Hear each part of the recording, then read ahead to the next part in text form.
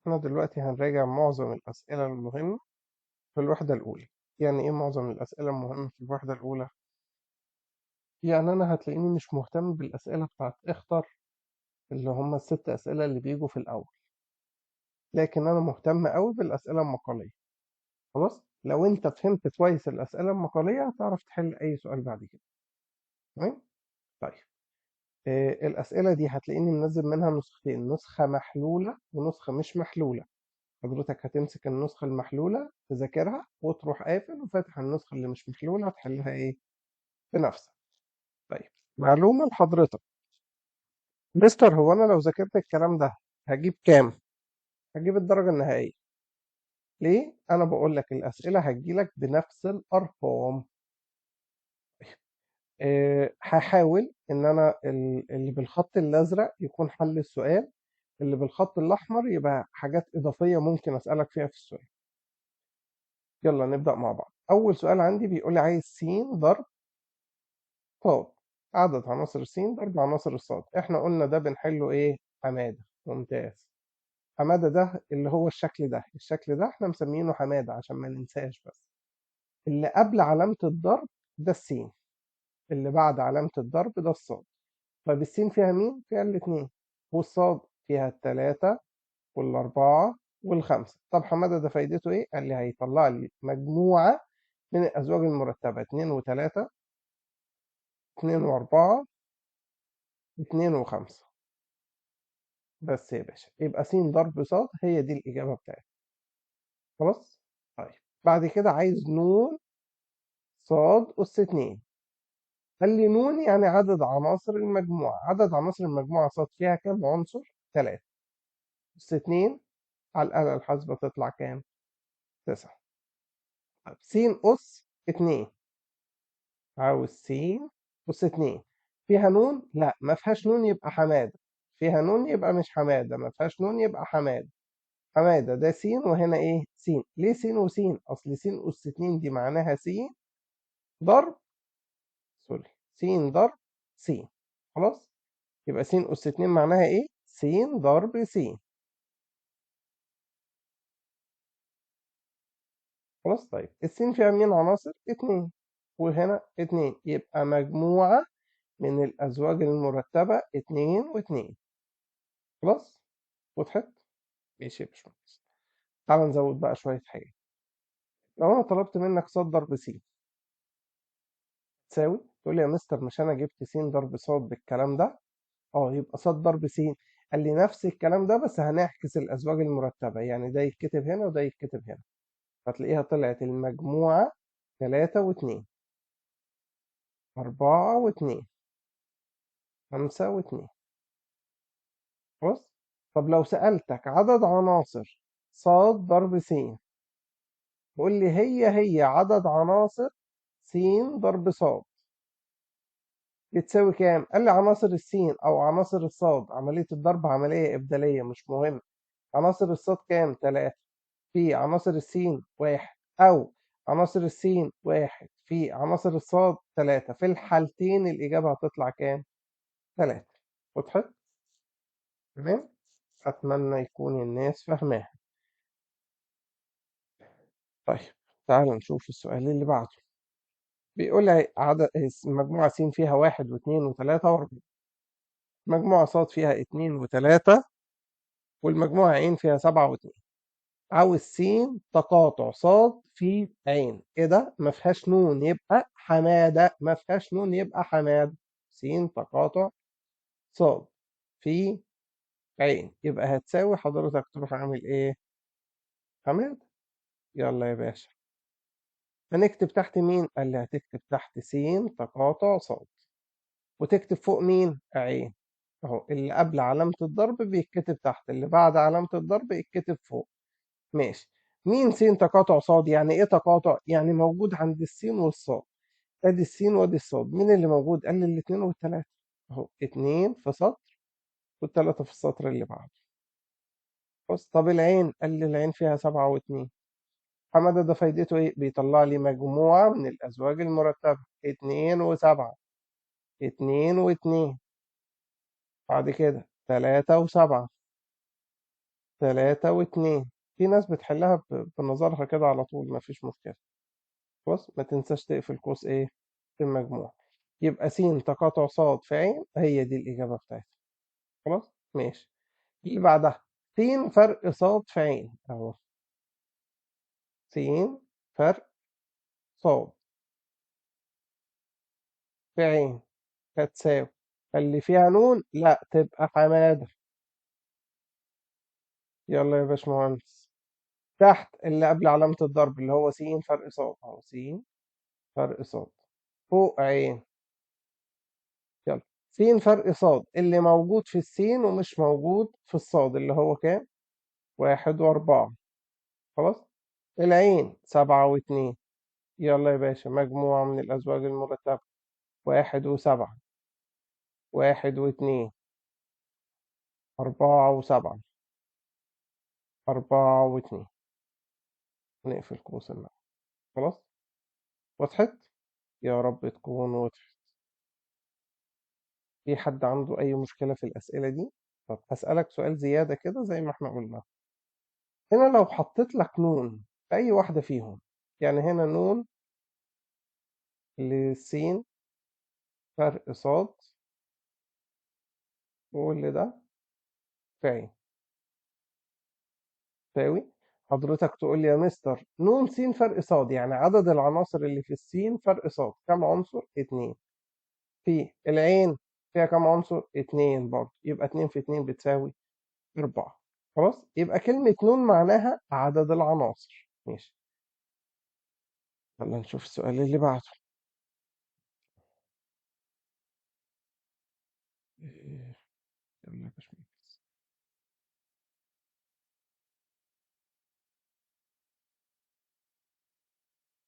طب عايز نون س فاعل اهو. نون س فاعل. احنا قلنا نون يعني ايه؟ عدد العناصر. طب السين فيها كم عنصر؟ 3. في العين فيها كم عنصر؟ 2. يبقى 3 في 2 بتساوي 6. يبقى يلا يا مستر، عايز صاد تقاطع س في س فرق صاد فيها نون؟ لا. قال لي يبقى حماد اهو. صاد تقاطع س. ادي دي كده المجموعة الأولى.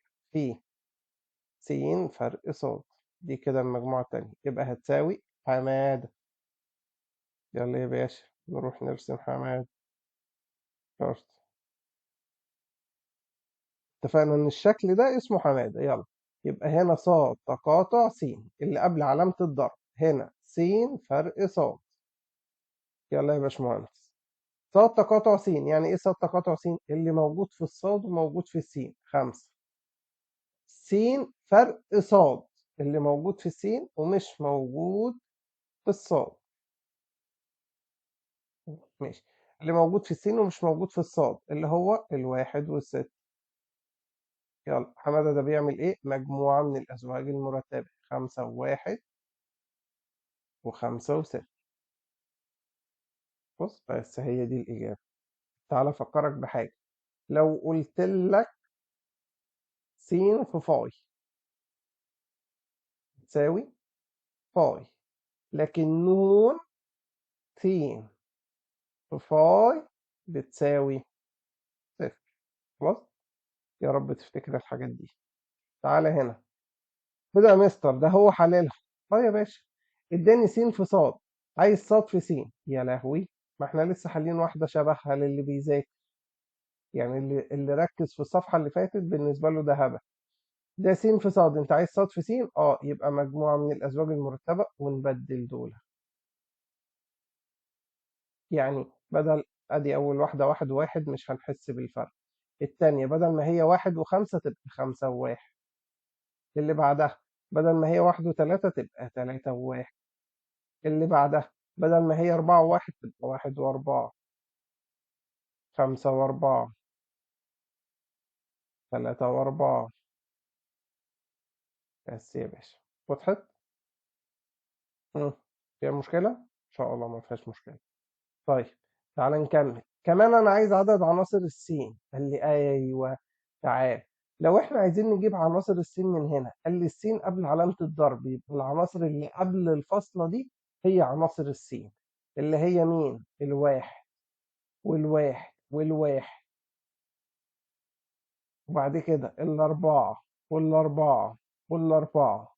هي يا مستر عناصر السين، لو كتبت كده تكتب جنبها تخلف عقلي. ليه؟ قال لي يا مستر احنا في المجموعة ما بنكررش، فهنشطب الواحد ده وهنشطب الواحد ده ونشطب الأربعة دي ونشطب الأربعة دي. طب تعالى نكتبها بخط نضيف. يبقى عناصر السين واحد وكام؟ وأربعة بدون تكرار.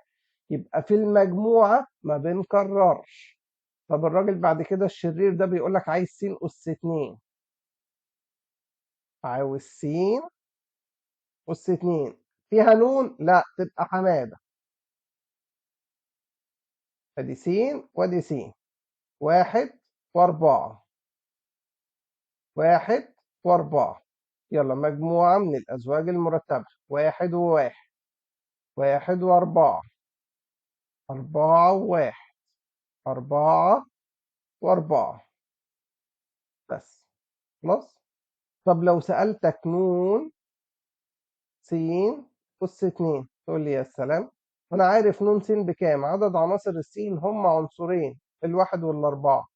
بس دي أس 2 أهو يا سيدي، أس 2 تطلع بكام؟ بأربعة. وضحت؟ ماشي. في الشكل المقابل الشكل ده اسمه فين. شكل فين. خلاص. ايه شكل فين ده؟ هو الشكل بتاع الجميل ده. طيب شكل فين ده جميل ليه؟ قال لي عشان لو سألتك عناصر السين كام تروح عامل كده وتقول لي السين فيها 5 و2. 5 و2. مستر ينفع اكتبها 2 و5؟ ينفع. لو قلنا في المجموعة التكرار مش يعني الترتيب مش مهم. يعني 5 و2 هي 2 وايه و5. طب عناصر الصاد، يلا هدي لك ثانية تفكر كده. عناصر الصاد قال لي الحاجات اللي جوه الصاد اللي هي ممتاز. 1 و2 و3. خلاص. تمام. ممكن ادي لك المجموعة كده واقول لك ارسم لي شكل فين، يبقى هترسم الشكل ده. تمام. ماشي. عاوز بقى س في س تقاطع صاد في نون؟ لا، يبقى حمادة يا مستر.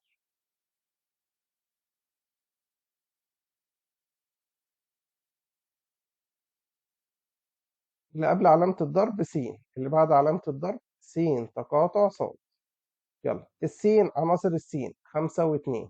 س تقاطع صاد اللي موجود في السين والصاد. قال لي بص ميزة شكل فين ان هو بيحل لك الجزء ده. انا غطيت عليه اهو، شايف الجزء ده؟ هو ده التقاطع اللي هو الاتنين. خلاص. طيب يبقى الإجابة بتاعتي قال لي المجموعة، حمادة ده بيوصل الأرقام ببعض، الخمسة بالاتنين والاتنين بالاتنين. وما تنساش تقفل قوس إيه في المجموعة. خلاص. أعتقد سهل. لو جيت سألتك نون س، عدد عناصر السين كام؟ السين جواها عنصرين تقول لي 2. طب نون صاد، عدد عناصر الصاد 3. طب لو سألتك نون س في صاد تقول لي والله عدد عناصر السين 2، فعدد عناصر الصاد كام؟ 3 بتساوي 6. طب لو قلت لك نون صاد أس 2 تقول لي عدد عناصر الصاد 3، تبقى أس 2 بكام؟ ب9. خلاص. كل دي أسئلة ممكن يحطها لك في الامتحان. طيب السؤال اللي بعده، اداني السين والصاد والعين، عايز سين فرق عين في صاد. ايه ده؟ في نون؟ لا، يبقى حماد. اهو سين فرق عين في صاد. ما فيهاش نون تبقى حماده، ما فيهاش نون تبقى حماده. يا رب تحفظ الكلام ده. يلا يا باشمهندس. تحت اللي قبل علامه الضرب س فرق عين، وفوق صاد. س فرق عين اللي موجود في السين ومش موجود في العين. التلاتة دي موجودة هنا وهنا، خلاص ملناش دعوة بيها.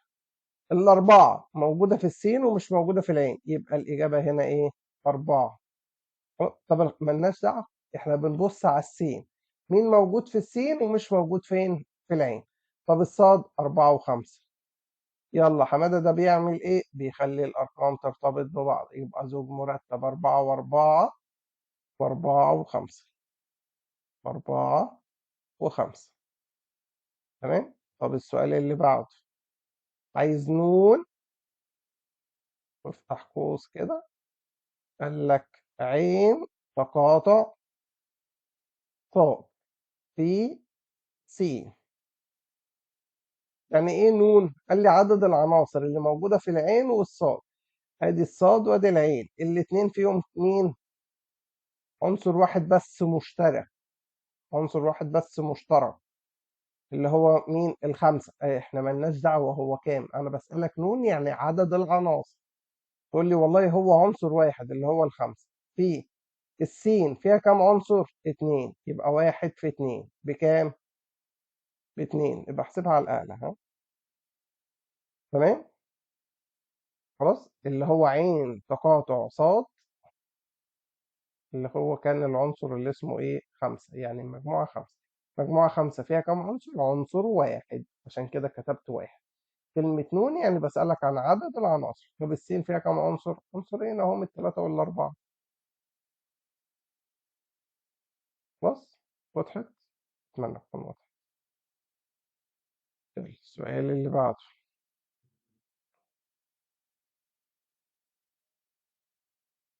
لا يا مستر، احنا لسه خلينا واحد شبهه. يا سلام، كتير ما انا الواد اللي ياخد باله ايه، يعني ان السؤال متكرر. ايوه طبعا، لسه خلينا واحد شبهه. نتمر. يلا اسيبه لك واجب. ماشي خلاص، هحل. يلا الصاد. قال لي بص يا مستر، احنا س في صاد، قلنا س جت قبل علامة الضرب، يبقى الأرقام اللي قبل الضرب هي السين.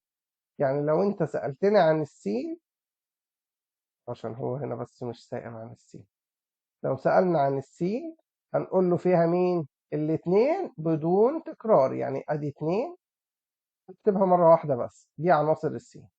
نرجع تاني للسؤال بتاعنا. الصاد دي بعد علامة الضرب، يبقى اللي بعد الفاصلة بتاعتنا اللي هما اتنين وخمسة وسبعة. ممتاز. عايز صاد في س. يا مستر مش هو اداني س في صاد؟ يبقى صاد في س بنبدل الأزواج المرتبة، تبقى اتنين واتنين، خمسة واتنين، سبعة واتنين. وضحت؟ ماشي. طب أسألك سؤال زيادة. نون س أس 2 بيساوي، قال لي عدد عناصر السين. السين فيها كام عنصر؟ واحد بس. مش بقول لك العنصر بكام، لا، أنا بقول لك فيها كام عنصر. واحد أس 2 بكام؟ بواحد. خلاص. سؤال كده عشان الأسئلة دي بتيجي وأنتم ما بتعرفوش تجاوبوا. لو جيت قلت لك خمسة وخمسة تنتمي ليه نقط، تقول لي يا مستر الخمسة ده الرقم ده موجود عند مين؟ عند الصاد. فيه، ما هو زوج مرتب يبقى لازم فيه. خلاص، عشان اللي قبل الفاصلة يبقى تبع المجموعة الأولى، واللي بعد الفاصلة تبع المجموعة التانية. الخمسة دي موجودة فين برضو؟ اللي عند الصاد. يبقى صاد في صاد، يعني أقدر أكتبها صاد أس 2 طبعا. يبقى خمسة وخمسة تنتمي لي صاد أس 2. طب واحدة تاني، سبعة وخمسة، سبعة وخمسة. ماشي. لا تعالى أرخم عليك أهو. سبعة واتنين تنتمي لي. السؤال ده ما يجيش في الامتحان، ها؟ ده ما يجيش في الامتحان، أنا بديهولك بس عشان نفكر. خلاص. سبعة واتنين تنتمي لي، تقول لي السبعة دي موجودة في الصاد، والاتنين يا مستر موجودة في الصاد، تبقى صاد أس اتنين. طب واحد تاني يقول لي لا لا لا لا لا، السبعة دي موجودة في الصاد. ممتاز. والاتنين دي بقى موجودة في السين، فتبقى صاد في سين. ده إجابته صح وده إجابته صح، عشان كده بقول لك السؤال ده ما يجيش في الامتحان. تمام؟ وضحت؟ أتمنى تكون فهمت الفكرة بتاعت إيه؟ الزوج المرتب ينتمي لإيه. تعال نشوف هنا.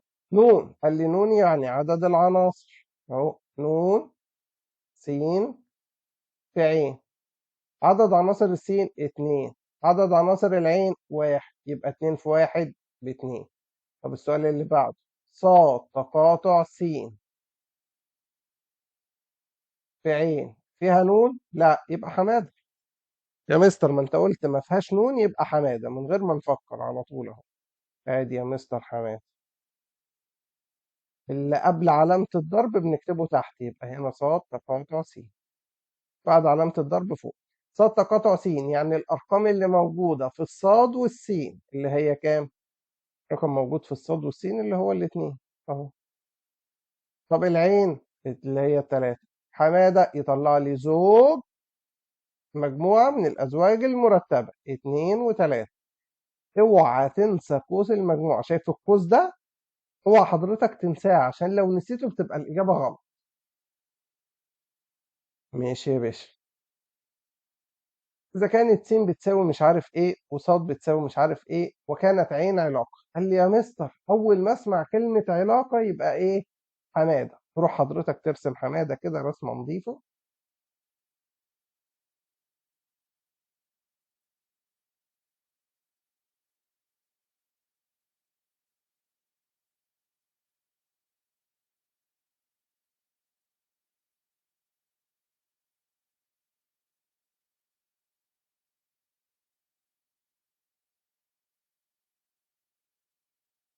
لازم يا مستر ارسمها رسمة نظيفة؟ لا بس يعني أنا بحب أزوق الشكل واكتب هنا ألف وهنا إيه؟ ب. دايما ألف هنا وب هنا، دايما الألف تحت وب هنا. خلاص؟ ماشي. وكانت عين علاقة من س إلى ص حيث ألف عين ب تعني، قال لي بعد كلمة تعني هديلك قانون العلاقة لازم تكتبه لي أهو، ألف زائد ب بيساوي 7. ماشي. الألف تنتمي لسين، يعني الألف دي عناصر مين؟ السين. تكتب لي هنا عناصر السين اللي هي 1 و3 و4 و5. والب تنتمي لصاد، يعني هكتب هنا عناصر الصاد اللي هي 1 2 3 4 5 6. طيب أنا بقول لحضرتك إن الألف زائد الب بكام؟ ب7. يعني إيه ألف زائد ب ب7؟ عايز رقم من هنا من عند الألف أزود عليه رقم من عند الب، الإجابة تطلع كام؟ 7. ممتاز. 1 و6. مين تاني؟ 3 و4 أهو يا مستر، التلاتة مع الأربعة. مين تاني؟ ال4 و3. مين تاني؟ ال5 و2. خلاص؟ دي كده ألف زائد ب بتساوي إيه؟ 7. تعالى نرتب الكلام ده. إزاي نرتبه؟ قال لي هنروح نكتب عين بتساوي وتكتب لي عناصر العين اللي إحنا طلعناها دي اللي هي 1 و6 3 و4 4 و3 5 و2. كتبت يا مستر العين. قال لي تروح تسأل نفسك بعد ما تكتب العين، أنا لسه ما كملتش باقي السؤال ومش هكمله دلوقتي، أنا هسأل نفسي شوية أسئلة كده بعد ما أجاوبها هكمل باقي السؤال. العين هي دالة ولا ليست دالة؟ اللي هو كل عنصر قدامه زوج واحد بس؟ اه. لا، تاني الجملة دي. كل عنصر في الألف اللي هما السين دول قدامه زوج واحد بس؟ اللي يبقى دالة. ليه دالة؟ أقول له لأن كل عنصر من س له صورة واحدة فقط.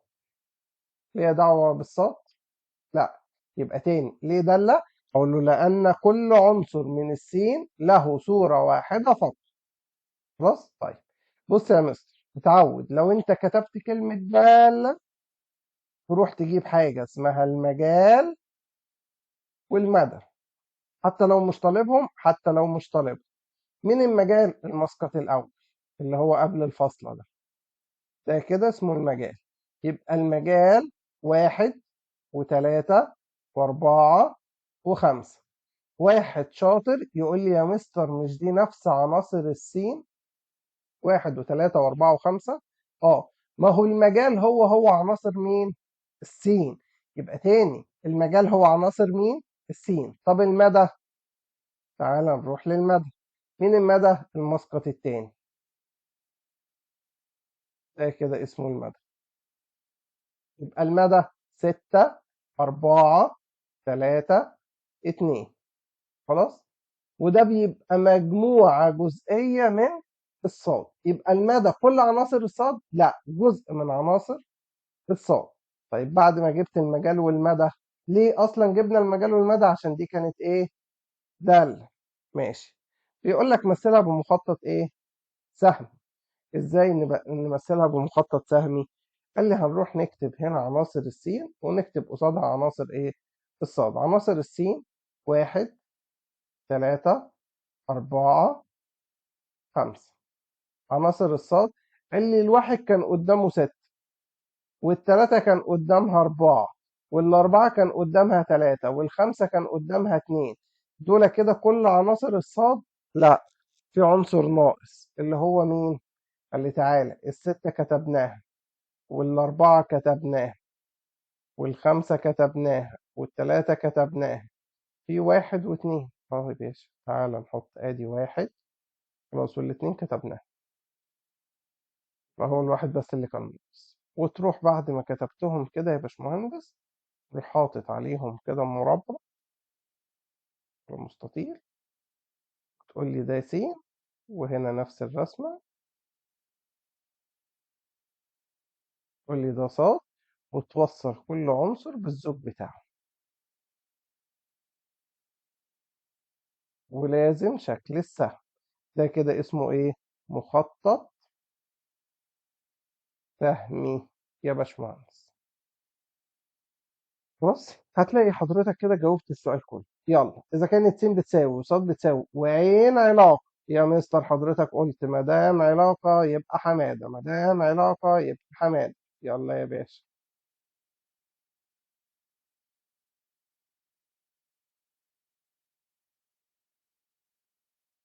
هاجي تحت اكتب الف ب وادور الف عين ب تعني. بعد كلمه تعني يجي القانون 2 في الالف بيساوي ب. طب عناصر الالف 1 و2 و3. عناصر الب 1 و4 و5 و6. طيب الراجل بيقول لك ايه؟ بيقول لك عناصر الالف، شايف العناصر دي؟ اضربها في 2. ماشي. الاجابه هتلاقيها في الب. تعال نجرب. 2 في 1 ب2، موجوده هنا؟ لا. قال لي خلاص مش موجوده، هنموت نفسنا يعني؟ موجوده يا حاج. خلاص مش هنكتب فيها حاجه. طيب 2 في 2 ب4، موجوده؟ اه. قال لي يبقى هنا الاتنين ترتبط بمين؟ بالأربعة. 2 في 3 ب6، يبقى التلاتة هترتبط بالست. خلصنا؟ تعالى نكتب. عين بتساوي المجموعة 2 و4 3 و6. قلت لك بعد ما بتكتب العين بتروح تسأل نفسك، هي العين دالة؟ لا، ليست دالة. ليه ليست دالة؟ قال لي يا أخي ما هو الواحد أهو محدش عبره، مفيش قدامه أي عنصر. خلاص، يبقى ليست دالة. ليه؟ أقول له لأن بعض عناصر س ليس لها صورة. خلاص. يبقى تاني، ليه ليست دالة؟ أقول له لأن بعض عناصر س ليس لها صورة. ماشي. أروح أجيب المجال والمدى؟ لا، ما دي ليست دالة، ليست دالة يبقى ما فيش ولا مجال ولا مدى. خلاص. بعد كده بيقول لك مثلها بمخطط إيه؟ سهل. يلا يا باشا، مخطط السهل 1 2 3. بكتب عناصر السين،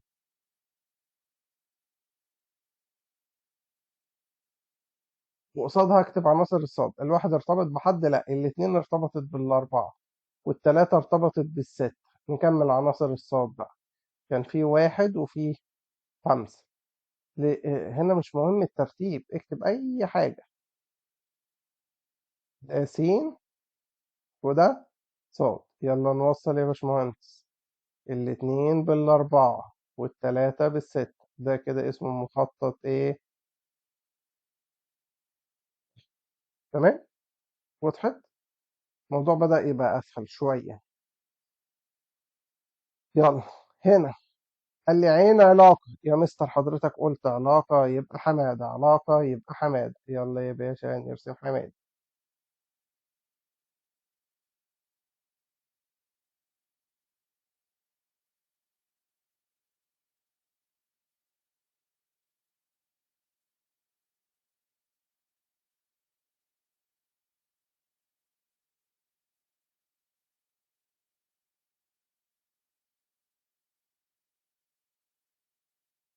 باشمهندس.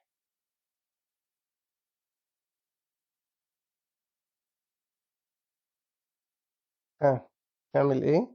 قال لي يا مستر تحت هي ألف فوق ب. ممتاز. الألف عناصر السين اللي هي سالب واحد، صفر، واحد، اتنين، تلاتة.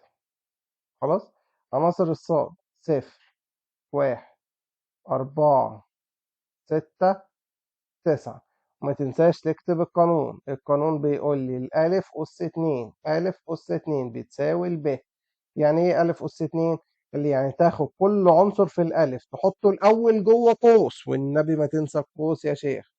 أس اتنين جوه قوس، أس اتنين جوه قوس، أس اتنين جوه قوس، أس اتنين جوه قوس، أس اتنين. أهو ده معنى الألف أس اتنين. نعمل الكلام ده على الآلة الحاسبة ونشوفه بيساوي كام. اللي سالب واحد أس اتنين جوه القوس هيطلع واحد، فاللي يبقى هنا سالب واحد وكام؟ وواحد. صفر أس اتنين هيطلع صفر، يبقى صفر وإيه؟ وصفر. واحد أس اتنين هيطلع واحد. اتنين أس اتنين هتطلع أربعة. تلاتة أس اتنين هتطلع تسعة. خلاص. تعال بعد ما خلصنا حمادة قلنا بنروح نكتب إيه؟ عين بتساوي، ونكتب الحاجات بتاعتنا اللي احنا طلعناها.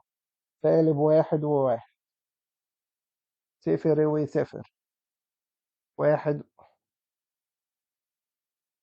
واحد وواحد، اتنين وأربعة،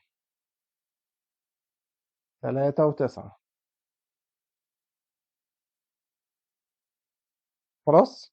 وضحت؟ أتمنى يكون واضح. ماشي. بعد كده يا مستر بروح أسأل نفسي، هي دي دالة ولا ليست دالة؟ أدي الواحد قدامه صورة، الصفر قدامه صورة، الواحد قدامه صورة، الاتنين قدامها صورة، التلاتة قدامها صورة. أقول له يبقى دالة. ليه؟ أقول له لأن كل عنصر في س له صورة واحدة فقط. خلاص.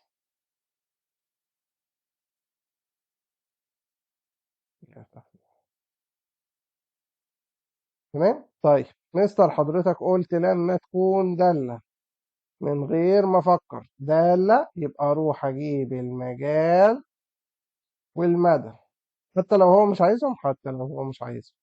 يلا. المجال المسقط الاول اهو، سالب واحد، صفر، واحد، اتنين، تلاتة. اللي بالصدفة هو طلع عناصر مين؟ س. ممتاز. طب المدى المسقط التاني واحد، صفر، واحد، أربعة، تسعة. أهو يا مستر المجال بيبقى مجموعة جزئية من الصاد. تمام تمام. يا لهوي يا حبيب قلبي، ما بنكررش الرقم في المجموعة. بص الواحد اتكتب كام مرة؟ مرتين. خلاص. والنبي تاخد بالك من التفاصيل الصغيرة دي. يبقى تاني، جوه المجموعة ما بكررش الرقم، يعني ما تلاقيش رقمين شبه بعض مكتوبين مرتين. خلاص. ماشي. وبعدين قال لي خلاص خلصنا كده، عايزين مخطط سهمي. نعرف نرسم المخطط السهمي؟ طبعا. يلا. سالب واحد، صفر، واحد، اتنين، تلاتة. قصاد السالب واحد ارتبط بالواحد، الصفر بالصفر، الواحد ارتبط بالواحد، الاتنين ارتبطت بالأربعة، التلاتة ارتبطت بالتسعة. كده كتبنا كل العناصر. صفر وواحد، صفر كتبناه، الواحد كتبناه، الأربعة كتبناه، تسعة كتبناها، الستة لأ. يبقى هنا لسه كمان ناقص إيه؟ ستة. يا ولا، يا ولا مش إحنا قلنا ما بنكررش الرقم في المجموعة؟ بص الواحد أنت كتبته كم مرة؟ مرتين. يبقى هنمسح واحد فيهم. خلاص. والنبي يا أخي ما تنسى الكلام ده. أهو. هكتب مكانه ستة.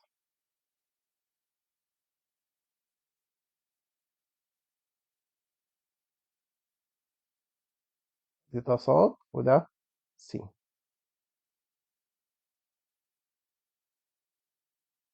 بالواحد ده قال لي لا، الواحد ده ارتبط بالواحد اللي فوق أهو.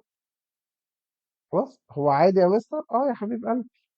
الاتنين بالأربعة، التلاتة بالتسعة. خلاص، وضحت؟ ده اسمه ايه؟ مخطط سهمي. مستر. اه. وعندك أسئلة؟ يبقى 012 7 039 7 5 5 6. وده رقم تليفوني. وليه بقى بكتبه هنا؟ عشان أنا زهقت فبدي نفسي بريك. ماشي يا باشا. يلا تعالى نرجع تاني للأسئلة بتاعتي. مستر س بتساوي ص بتساوي، وكانت عين علاقة، عين علاقة يبقى حمادة، عين علاقة يبقى حمادة. يا لهوي، حد شكله شاطر والله العظيم. خلاص احفظها، عين علاقة يبقى حمادة، واروح ارسم الشكل بتاع حمادة ده. يلا يا باشمهندس، تحت ألف فوق ب. يلا الألف 1 2 3. طب الب 1 نص تلت خمس. ماشي. قانون العلاقة ألف عين ب تعني العدد ألف معكوس ضربي للعدد ب. اللي كلمة معكوس ضربي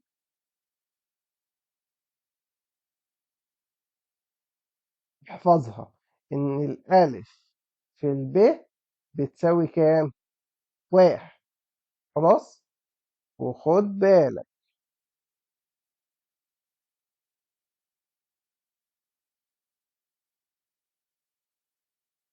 صفر ليس له معكوس ضربي. يعني ايه ليس له معكوس ضربي؟ يعني مفيش عدد هضربه في صفر يدينا 1. اي عدد هيتضرب في الصفر بصفر. يعني لو دول فيهم صفر، يعني لو هنا في صفر ما كانش هيرتبط بحد، فما كانتش هتبقى دل. يا رب ما تنساش الكلام الفاضي ده. ماشي، يلا يا باشا نحل. 1 في 1 ب1. خلاص اهو، 1 و1. طب 1 في نص ما تنفعش، 1 في تلت ما تنفعش، 1 في خمس ما تنفعش. 2 في 1 ب2 ما تنفعش. 2 في نص ب1. اللي يبقى الاتنين مع النص. 3 في تلت ب1 يبقى التلاتة مع التلت. خلاص. طب 3 في 1 ب3 ما تنفعش. 3 في خمس ب3 على 5 ما تنفعش. خلاص. وضحت؟ يعني احنا بنشقلب الرقم يا مستر. ايوه يا حبيب قلبي، المعكوس الضرب بنشقلب الرقم. خلاص، احفظها بالطريقة اللي انت عايزها. اللي يبقى عين بتساوي المجموعة الأزواج المرتبة 1 و1 2 ونص. تعالى بص، 3 وتلت. خلاص. طيب، بعد كده بسأل نفسي، هي دي دالة ولا ليست دالة؟ دالة. ليه؟ اللي بص، الواحد قدامه صورة واحدة، الاتنين صورة واحدة، التلاتة صورة واحدة. يبقى دالة. ليه؟ أقول له لأن كل عنصر في س له صورة واحدة فقط. تمام. ماشي يا مستر، عرفنا يا مستر. ادي العين وادي الدالة. حضرتك قلت لما تطلع دالة نجيب المجال والمدى. يا لهوي، حاسك بدأت تحفظها والله العظيم. اللي بيحل الحاجات دي هتلاقيه بدأ يحفظها. المجال اللي قبل العلامة، اللي قبل الفاصلة، اللي هو الواحد والاتنين والتلاتة. اه، 1 و2 و3. طب المدى اللي بعد الفصل 1 ونص وتلت. خلاص. المجال هو عناصر س. طب المدى بيبقى جزء من عناصر ص. ممتاز. مثلها بمخطط سهم. يلا يا باشا نمثلها بمخطط سهم. 1 2 3. 1 نص تلت. دول كده كل عناصر الصاد. الواحد كتبناه، النص كتبناه، التلت كتبناه، ناقص الخمس. اكتبه في أي حتة. بعدين قول لي إن دي عناصر س ودي عناصر. طب يلا يا باشا نوصل. الواحد بالواحد، الاتنين بالنص، التلاتة بالتلت. وده كده مخطط ايه؟ سهم. تمام. ماشي. السؤال اللي بعده اسيبه لك انت تحله. حاول توقف الفيديو وتحل بنفسك.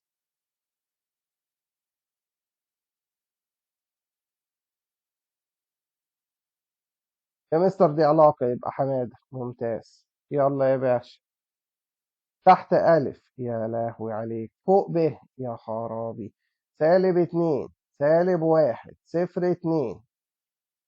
الصاد -3، 1، 5، 2. ماشي. القانون يا مستر أهم حاجة القانون بتاعي. ألف عين ب تعني ألف أس 2 زائد الواحد بيساوي ب. إيه ده؟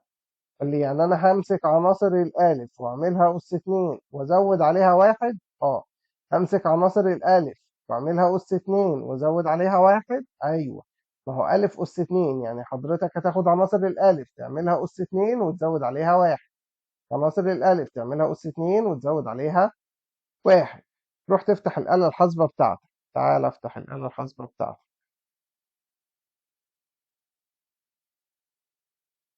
بطيء بطيء بطيء بطيء. يلا أصلا.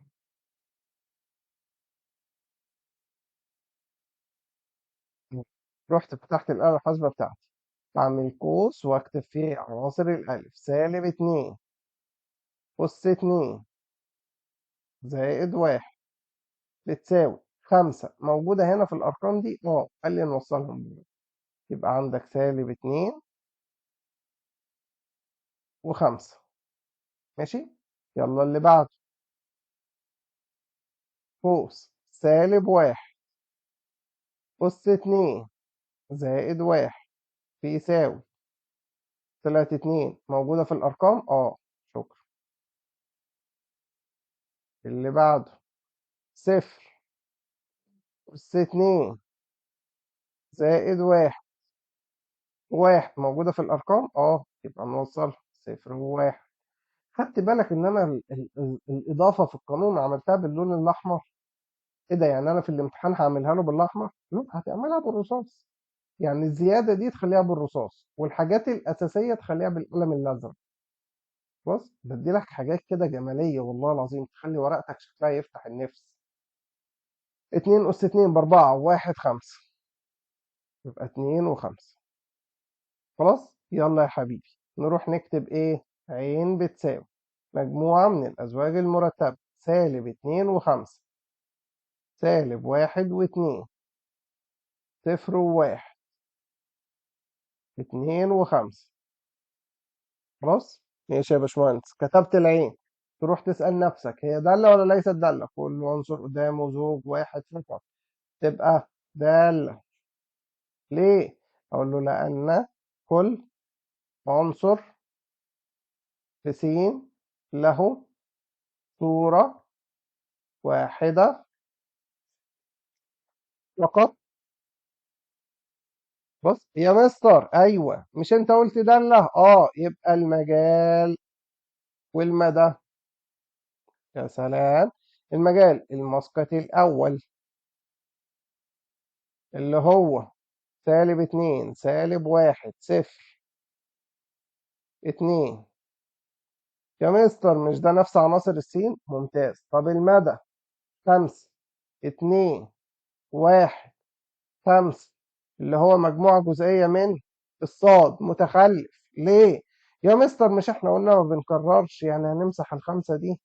أخيرا خدت بالك. يبقى تاني. مش عارف بقى. أهو.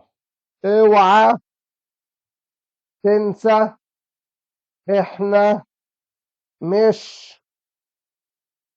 كلمة مش طلعت وحشة. مش بنكرر. خلاص. اوعى تنسى ان احنا مش بنكرر في المجموعة. اوعى تنسى ان احنا مش بنكرر في المجموعة. مش اغنيها. والله انا بدأت اقتنع ان انا صوتي حلو من كتر ما بعيد الجملة. لا طبعا صوتي زي الزفت. نرجع تاني بقى. خلصنا المجال والمدى. ناقص ايه؟ مخطط سهمي. خلاص. طيب. ماشي، تعال نعمل مخطط سهل. -2 -1 -2 دي كده عناصر السين.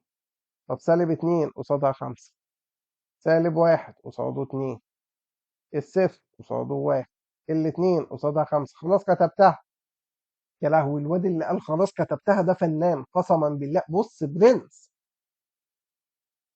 نكتب مكانها العدد اللي ناقص في الصاد. يبقى دي الاتنين الخمسة كتبناها، والاتنين كتبناها، والواحد كتبناه، والسالب 3 كتبناها. ماشي، دي كده عناصر مين؟ الصاد. -2 ب5، -1 ب2، صفر ب1، والاتنين يا مستر هوصلها بالخمسة اهي.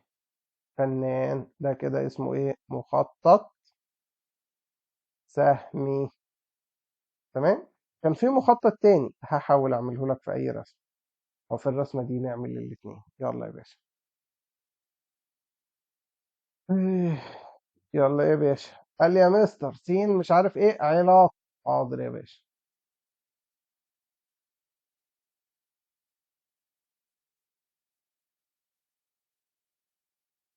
ادي الالف والب. الالف موجود في ايه ده؟ هو فين الارقام يا مستر؟ ده مفيش ارقام. ايوه مفيش ارقام، بس محتاجك تركز شويه. بيقول لك السين اعداد طبيعيه. من الاعداد الطبيعيه؟ 0 1 2 3 4 5 6 7 8 لحد ما لا نهايه، لحد ما تزهق. خلاص دي كده اسمها اعداد ايه؟ طبيعيه. طب انا هاخدهم كلهم؟ لا، ما انا بقول لك خد الاعداد اللي هي تبدا من الصفر. يعني صفر معايا لحد الاثنين، والاثنين معايا يبقى صفر وواحد واثنين. يبقى احنا بس عايزين الصفر والواحد وايه والاثنين. يبقى الألف 0 1 2. طب الب إيه ده؟ دي مجموعة واحدة. مش فاهم.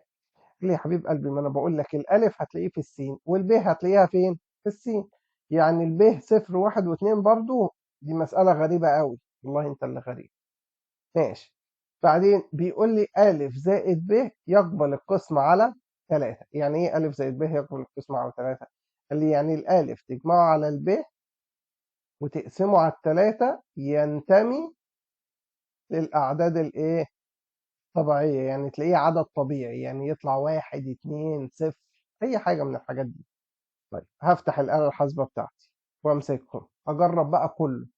أدي 0 زائد 0، دي شرط الكسر أهو. 0 زائد 0 وتحت على 3 بتساوي 0. الصفر ده عدد طبيعي؟ قال لي شكرا. يبقى أول حاجة هاخد الصفر مع الصفر. بعدين نجرب تاني. شرط الكسر. 0 زائد 1 على 3 بتساوي تلت. التلت ده عدد طبيعي؟ لا ده كسر يا مستر. ينفع؟ لا ما ينفعش. نرجع تاني. نغير الواحد ونخليه 2 بيساوي 2 على 3. ينفع؟ لا يا مستر ما ينفعش. خلاص يبقى هو صفر وصفر. ندخل على الرقم اللي بعده بقى ونجربه كله. يبقى 1 زائد 0 على 3. واحد ذكي يقول لي يا مستر مستر صح. خلاص هفترض ان انت مش تبع الذكي. طلعت 1 على 3 تنفع؟ لا. نرجع تاني. نغير الصفر ونخليه كام؟ 1. بغير الأرقام دي. خلاص. بتساوي 2 على 3 برضه ما تنفعش يا مستر. أرجع تاني. غير الواحد وخليه 2.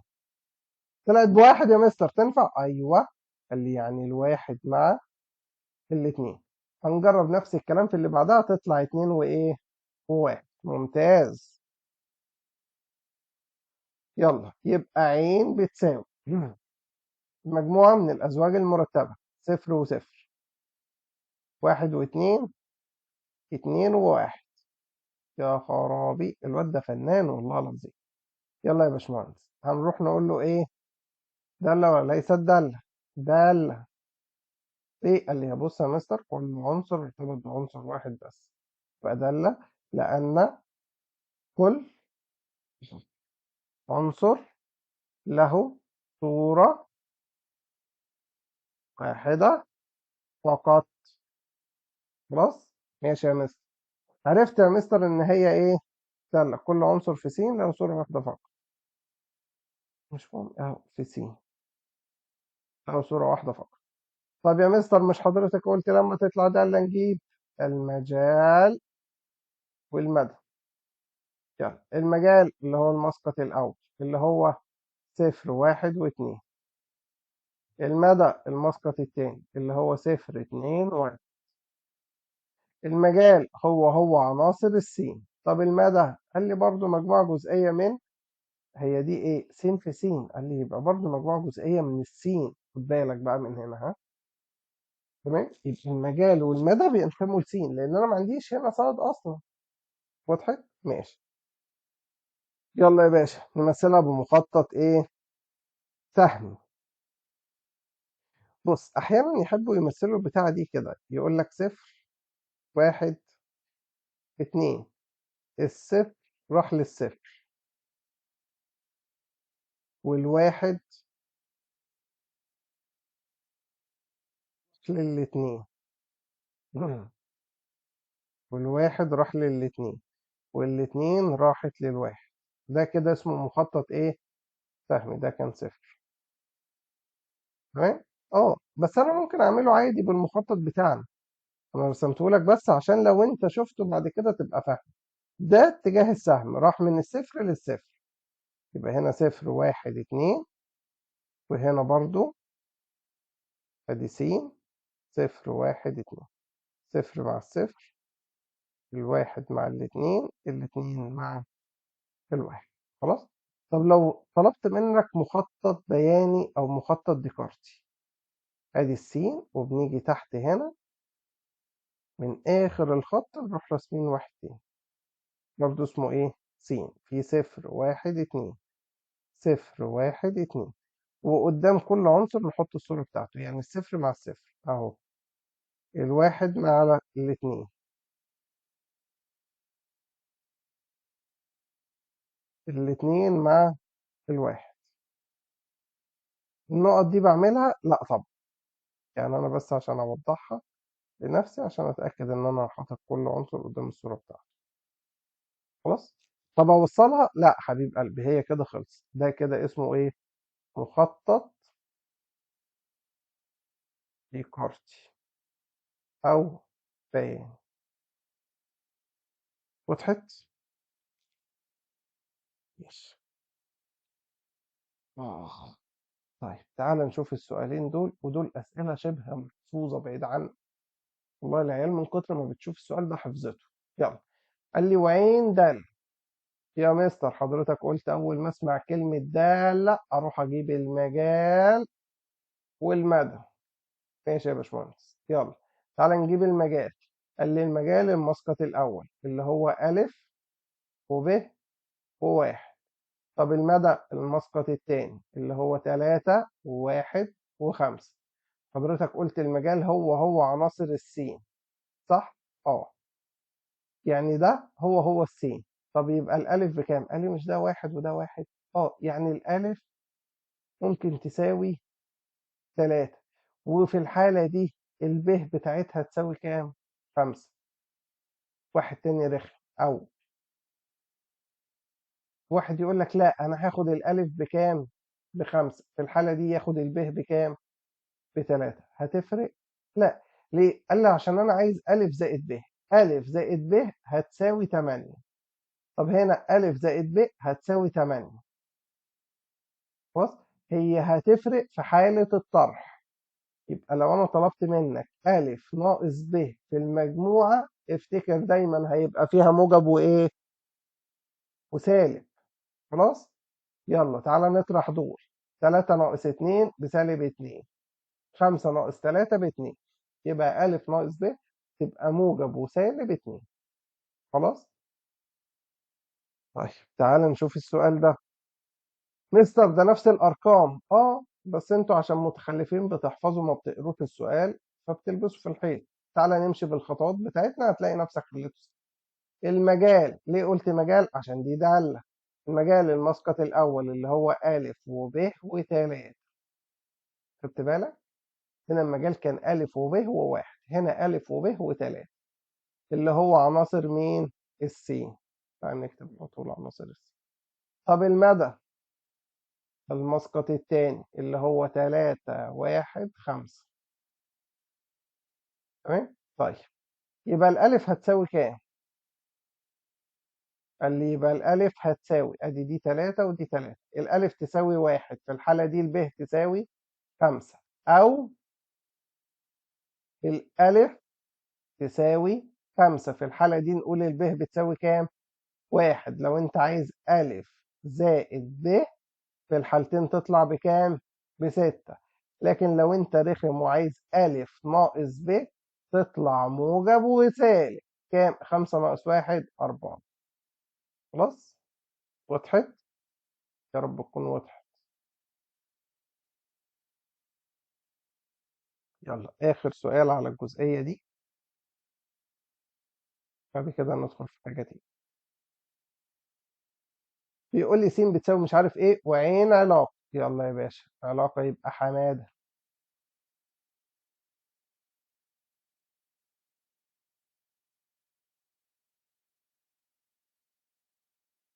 يلا يا باشمهندس س. ألف ب. الألف -2 -1 0 1 2. الب -2 -1 0 1 2. خلاص. طيب القانون بتاعي قال لي ألف عين ب تعني الألف زائد الب بتساوي 0. ألف زائد ب بيساوي 0. قال لي وده نفس الكلام لو قلت لك ألف معكوس جمعي للب. قال لي كلمة ألف معكوس جمعي للب معناها إن الألف زائد الب بتساوي 0. خلاص، يبقى يجيبها لي بالشكل ده ويجيبها بالشكل ده. يلا يا باشمهندس نروح نجرب. -2 وسالب 2 -4، -2 وسالب 1 -3، -2 وصفر -2. هتطلع -2 و2. هو ده اللي بيساوي ايه؟ 0. يعني الرقم متغير اشارته، يبقى -1 و1 0 وصفر. كده 0 وصفر بصفر. تخيل، والله العظيم الفترة الأخيرة احنا ضغطنا عليهم لحد ما اعترفوا. 1 وسالب 1 2 وسالب 2. خلاص. يلا يا باشمهندس نروح نكتب ايه؟ عين بتساوي زوج مرتب -2 و2 -1 و1 0 وصفر 1 وسالب 1 2 وسالب 2. ما تنساش تقول ان العين ايه؟ دالة. ليه؟ قال لي هو يا مستر كل عنصر قدامه زوج واحد فقط. ماشي. لأن كل عنصر له صورة واحدة فقط لا غير. كل عنصر في س له صورة واحدة فقط. ماشي. ماشي مستر، اروح اجيب المجال والمدى. خلاص ماشي، يلا تعالى نجيبهم عشان يبقى بالمرة. المجال عناصر السين -2 -1 0 1 2. المدى قال لي يا اخي ده بالصدفة طلعوا 2 1 0 -1 -2. ماشي يا باشا. آه آه آه آه.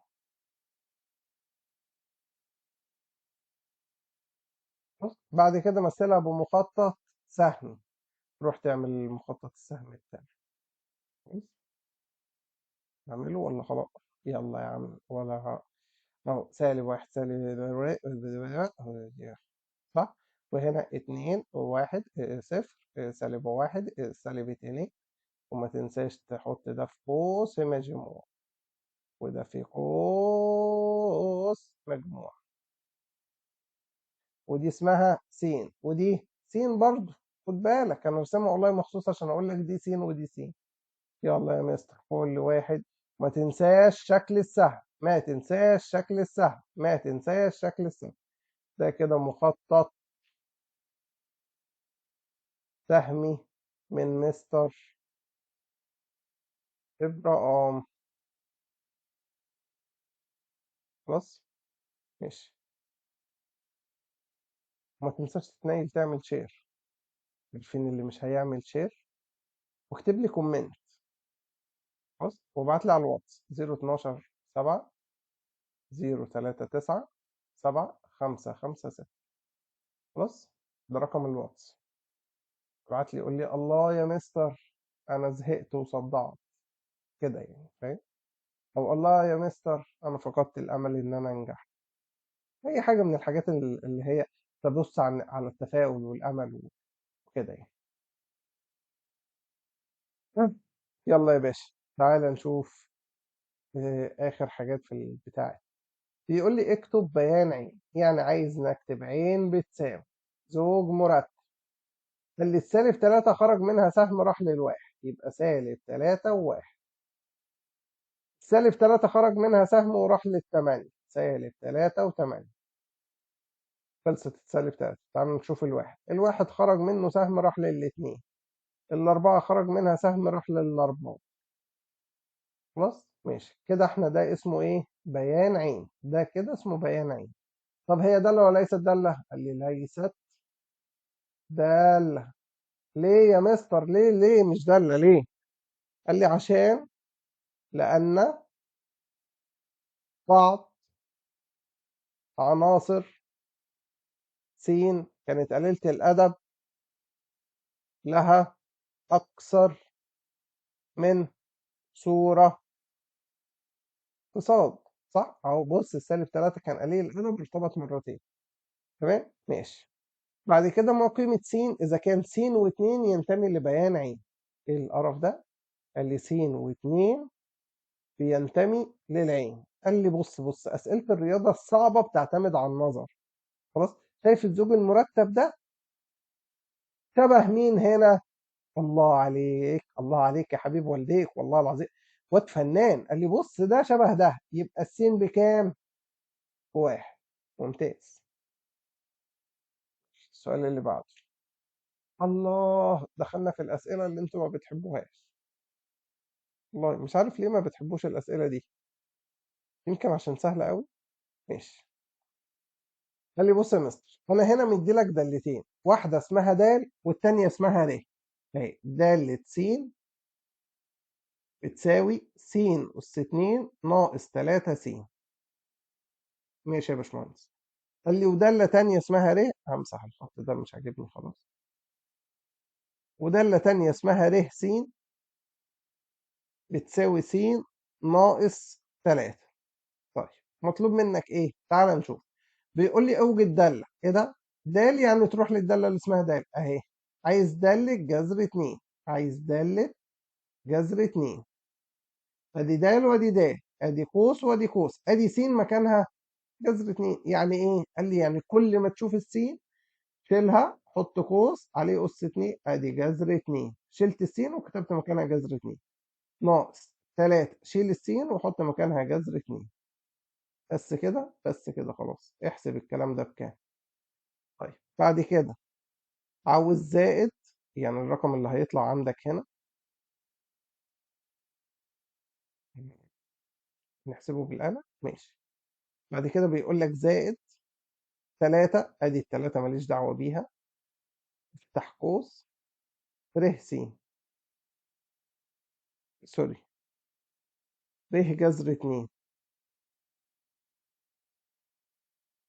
امسح التلاتة خالص دلوقتي عشان ما تلخبطكش اهو. اهي الراجل عايز ر جذر 2. نعمل فيها ايه؟ ادي ر وادي ر، ادي س وادي جذر 2، يعني هشيل السين واحط مكانها جذر 2 ناقص 3. ادي القوس بتاعها. خلاص ماشي. فيها مشكلة أول خطوة؟ ماشي. تعالى نعوض بقى في الشكل الرخم ده.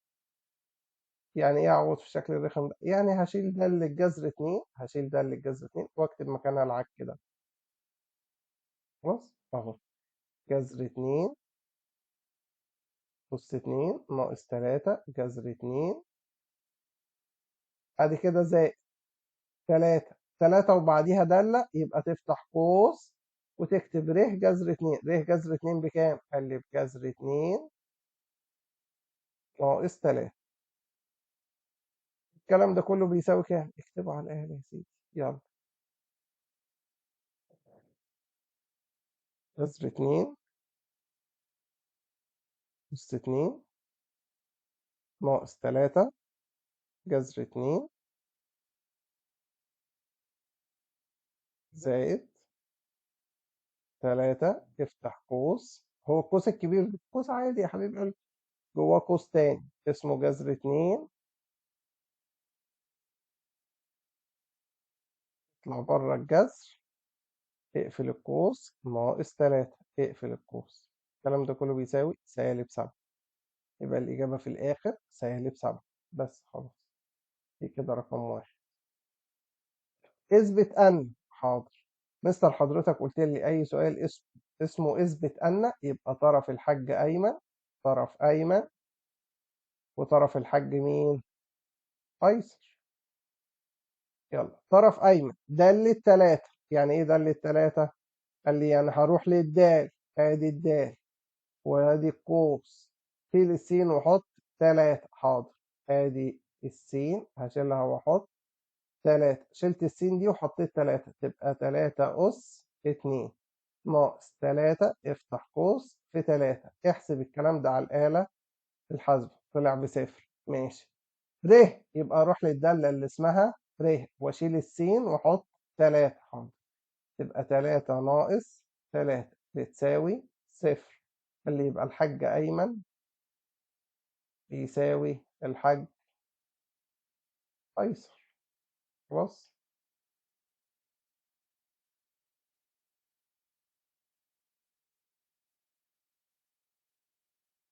لهوي والله خطي تحفة. ماشي. يا نهار اسود ايه السؤال ده؟ بيقول لي إذا كانت دال دالة، ماشي يعني هي دالة، اه يعني فيها مجال ومدى، على س، حيث س بتساوي 3 4 5 6، ماشي، ودالة 3 ب3 كده، لا مش فاهم. قال لي يعني الدالة، اكتب الدالة بتساوي المجموعة السين ب3 تبقى الصاد بكام؟ ب3. فهو هنا بيقول لي 3 و3، يعني ال3 هترتبط بال3، ممتاز، وال4 هترتبط بال5، يا لهوي، وال5 هترتبط بال5، الواد ده فنان والله العظيم، وال6 هترتبط بال5، ممتاز ممتاز ممتاز. دي كده الدالة. بيقول لي مثل د بمخطط سهم، يا خرابي يا مستر حضرتك كلامك أوامر أهو. ادي المخطط السهم بيبقى عمودين كده قصاد بعض، ماشي مستر ايوه، مش حضرتك قلت لما تكون دالة بجيب المجال والمدى؟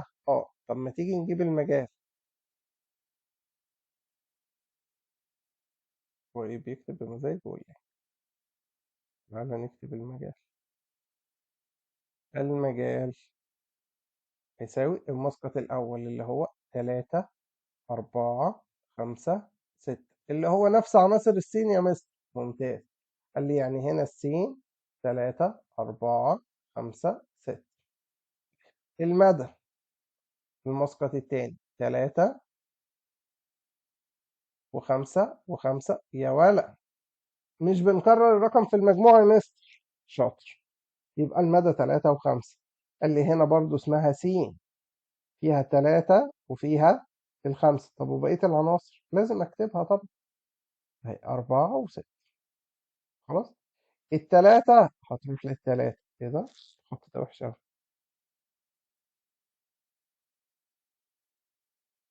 التلاتة هتروح للتلاتة، والأربعة هتروح للخمسة، والخمسة هتروح للخمسة، والستة هتروح للخمسة، كلهم رايحين للخمسة. تمام. وضحت. بس مثل ده اكتب بيان دال واذكر مداه، جبنا المجال والمدى وكل حاجة. وضحت. يبقى لما اقول لك دالة 3 و3 دي معناها ايه؟ دالة 3 معناها زوج مرتب اسمه 3 و3، طب 4 و5 معناها زوج مرتب اسمه 4 و5، طب دالة 5 و5 معناها زوج مرتب اسمه 5 و5، 6 و5 معناها زوج مرتب اسمه 6 و5. وضحت؟ تمام؟ ماشي. السؤال اللي بعده، اذكر بيان الدالة د. سوري، بيقول لي إذا كان بيان الدالة د بيساوي الكلام الفاضي ده اكتب مجال الدالة. يا لهوي يا مستر، أنا متمرن أصلا على موضوع المجال والمدى ده. المجال المسقط الأول اللي هو 1 2 3 4 و5. طب المدى المسقط التاني، المسقط التاني اللي هو ال3 وال5 وال7 وال9 وال11. ادي المجال وادي المدى. عايز قاعدة الدالة. ايه ده؟ يعني ايه قاعدة الدالة؟ قاعدة الدالة. قال لي بص، هو للأمانة قاعدة الدالة في السؤال ده محفوظة. خلاص، يعني ايه قاعدة الدالة محفوظة؟ قال لي يعني دالة س بتساوي. خلاص، هناخد عناصر السين نضربها في 2 ونزود 1 تبقى 2 س زائد 1. دي كده قاعدة الدالة. بص، تعالى تعالى فهم يعني، احفظها كده. خلاص، لأن دي بتتحل من الهندسة. تمام؟ فهنقولها تاني لما نخلص الهندسة. بص تعالى بس نحفظها كده. ادي السين، مش دي عناصر السين؟ ايوه يا مستر. تعالوا نضربها في 2. 2 في 1 ب2 زائد 1 تدينا 3. تعالى نضرب الاتنين في الاتنين، 2 في 2 ب4 زائد 1 تديك 5. اضرب التلاتة في 2، 2 في 3 ب6 و1 7. اضرب الأربعة في 2، 2 في 4 ب8 و1 9. اضرب الخمسة في 2، 2 في 5 ب10 و1 11. خلاص، وضحت؟ يبقى ده قاعدة الدالة، ده قانون حضرتك هتحفظه عشان السؤال ده لو جه بيجي بنفس الشكل بتاعه ده بدون أي فتاوي زيادة. خلاص؟ السؤال اللي انتوا مش بتحبوه. طيب، تعالى قبل ما نحل السؤال ده ندردش مع بعض شوية. دالة س بتساوي 4 ناقص 2 س. مستر، مش دي دالة من الدرجة الأولى؟ يعني إيه دالة من الدرجة الأولى؟ قال لي يعني دالة خطية. إحنا قلنا يا مستر لما تكون الدالة خطية أو أي دالة إحنا بناخدها، أسهل حاجة بجيب تقاطع محور س وتقاطع محور ص.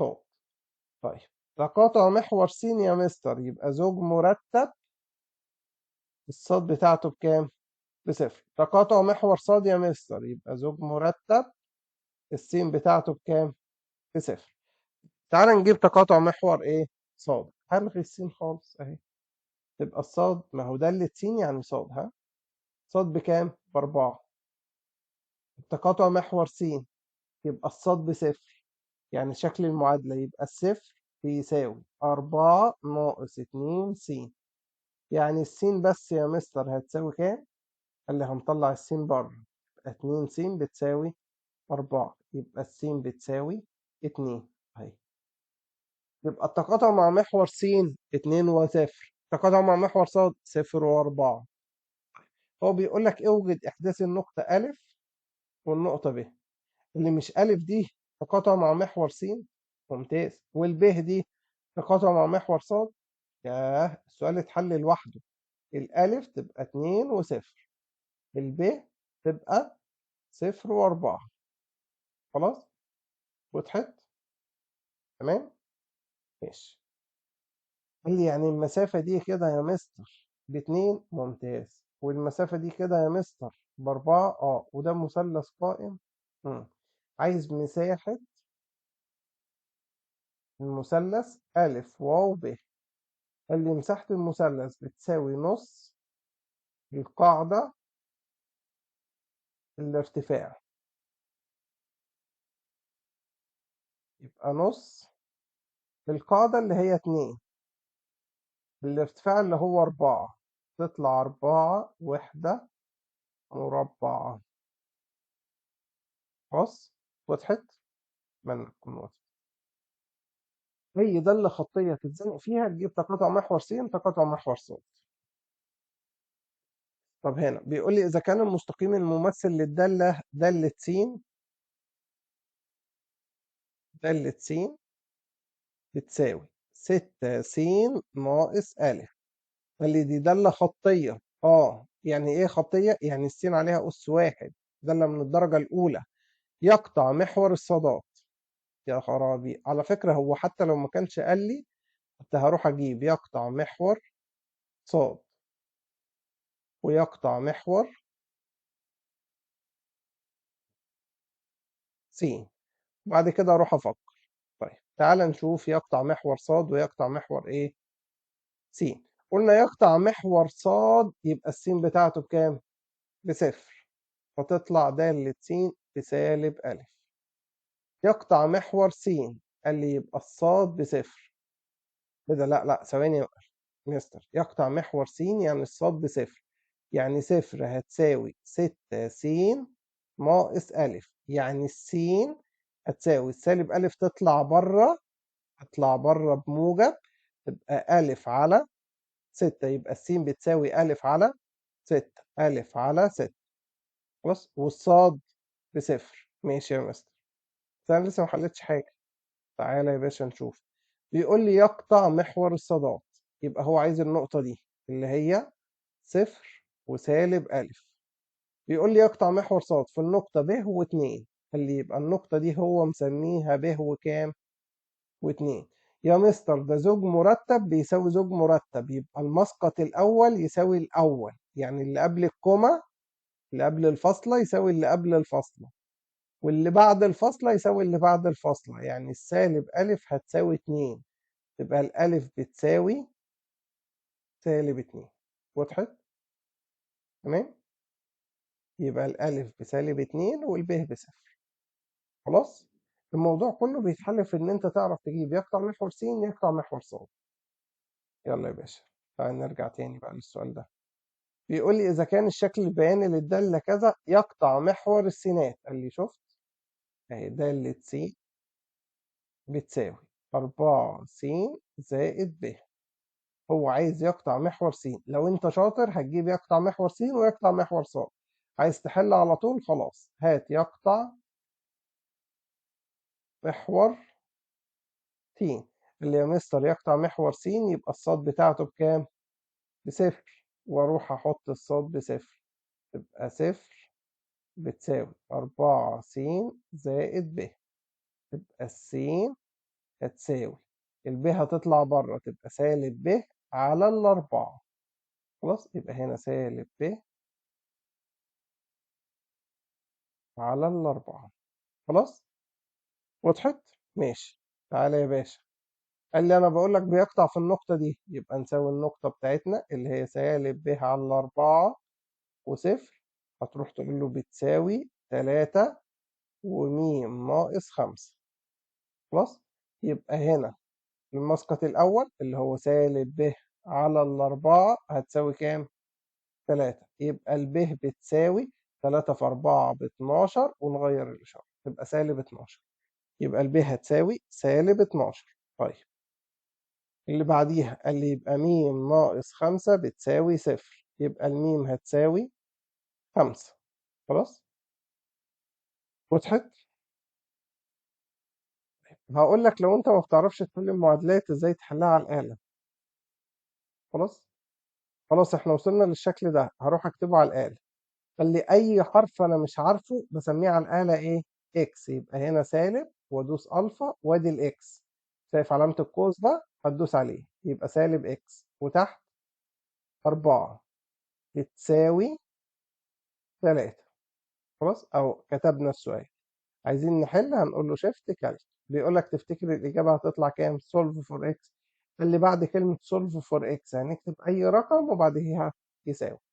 طلعت الب بسالب 12، اهي اكس بتساوي الاكس دي اللي احنا كنا مسمينها ب. تعالى نكتب التانية، الميم اللي أي حرف بنسميه اكس ناقص 5 بتساوي صفر. شيفت كالك، اكتب أي رقم ودوس يساوي، اهي طلعت الميم ب5. وضحت؟ وما وضحتش هتوقف الفيديو وتعيدوا الحتة دي تاني. ماشي.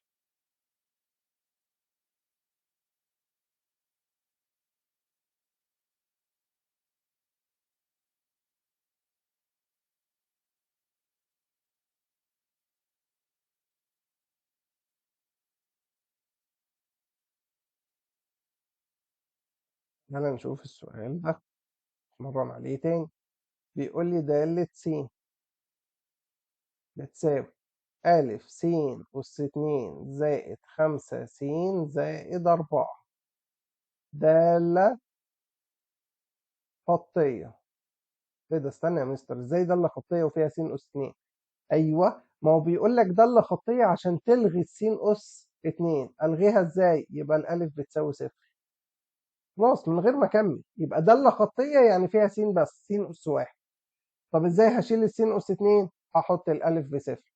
قال لي يعني كده دالة س دي يا مستر اقدر اكتبها 5 س زائد 4؟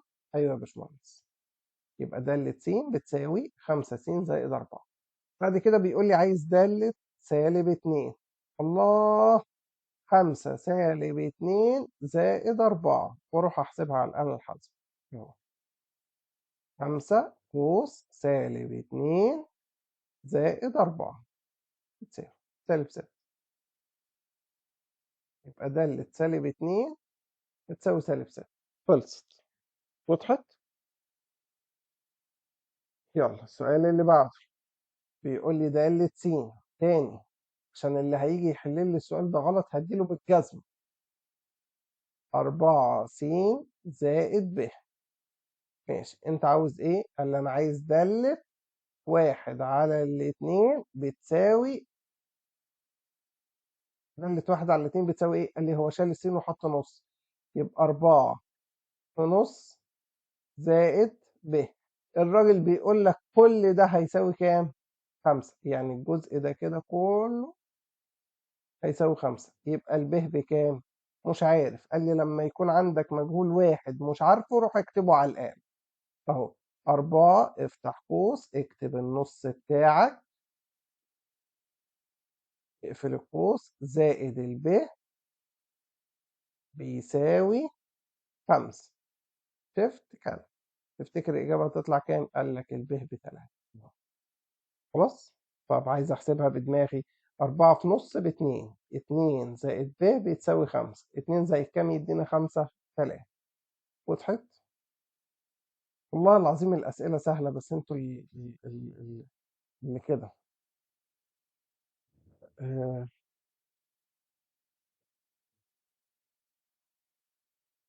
يلا يا باشا تعال نشوف السؤال اللي بعده. بيقول لي مثل بيانيا الدالة دي. يا لهوي، مستر ازاي امثل بيانيا؟ احنا ما خدناش الرسم. الله يخرب بيتك، هتودينا في داهية. كلمة مثل بيانيا، قلنا حضرتك بتروح تفتح الآلة الحاسبة على طول. أول ما أسمع كلمة مثل بيانيا وأدوس مود وأدور على كلمة تيبل.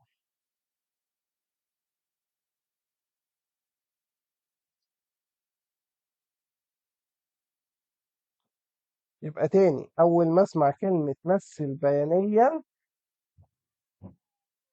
هدوس مود تيبل. يبقى تاني، أول ما أطلب منك كلمة مثل بيانيا حضرتك هتعمل إيه؟ مود تيبل، وتكتب الدالة بتاعتك دي زي ما هي. خلاص. إزاي يا مستر هكتبها؟ أهو 2 في الإكس ناقص 3.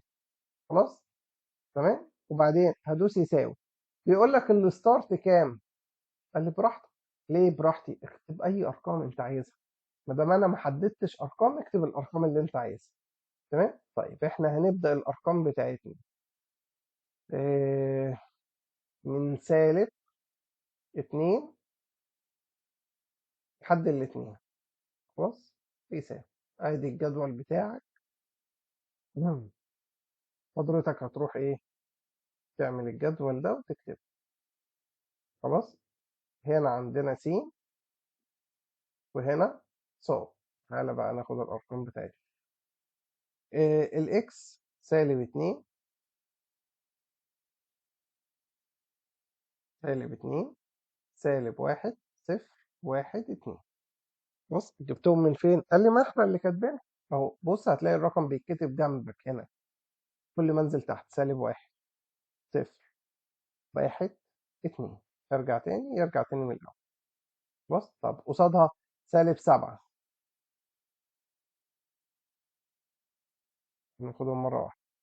-7 -5 -3 -1 -7 -5 -3 -1 1. خلاص وضحت.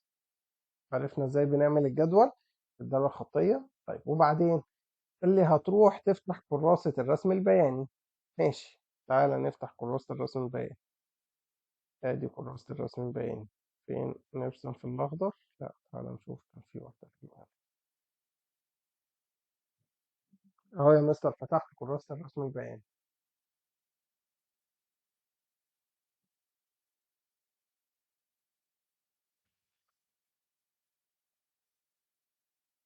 بكتب الارقام بتاعتي: 1 2 3 4 5 كفاية، -1 -2 -3 -4 -5 كفاية، 1 2 3 4 5 6 7 -1 -2 -3 -4 -5.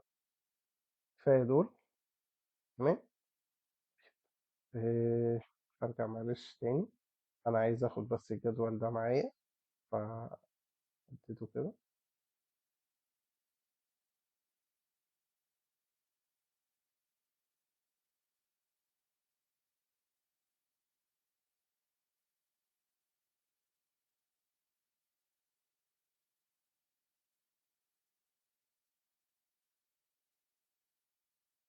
أسود.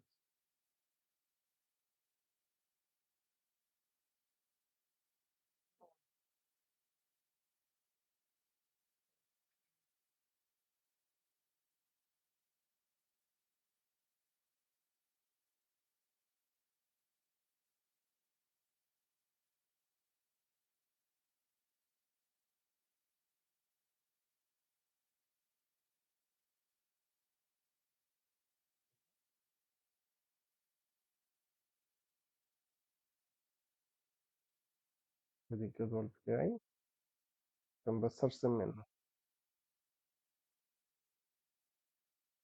يلا يا باشمهندس تعالى نرسم بقى مع بعض. قال لي أول حاجة -2 وسالب 7. أدي -2 وهنزل تحت -6 -6. بس في مؤامرة كونية ضد الرسمة. الله. -6 -6 -2 وسالب 7. ادي اول نقطة عندي يا مستر. النقطة اللي بعدها -1 وسالب 5. النقطة اللي بعدها 0 وسالب 3. هي يا مستر 1 وسالب 1، 2 و1.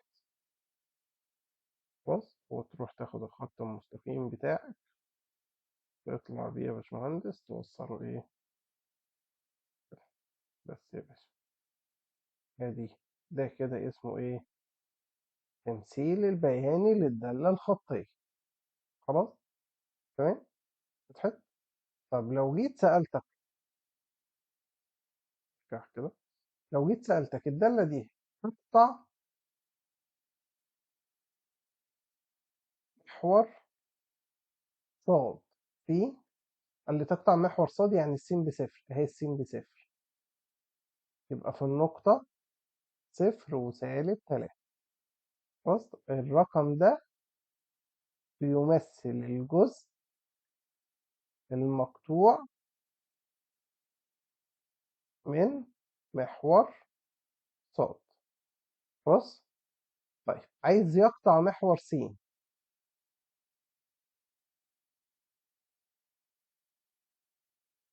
اللي يقطع محور س في النقطة كام؟ قال لي أنا عارف يقطع محور س يعني الصاد بتاعته بكام؟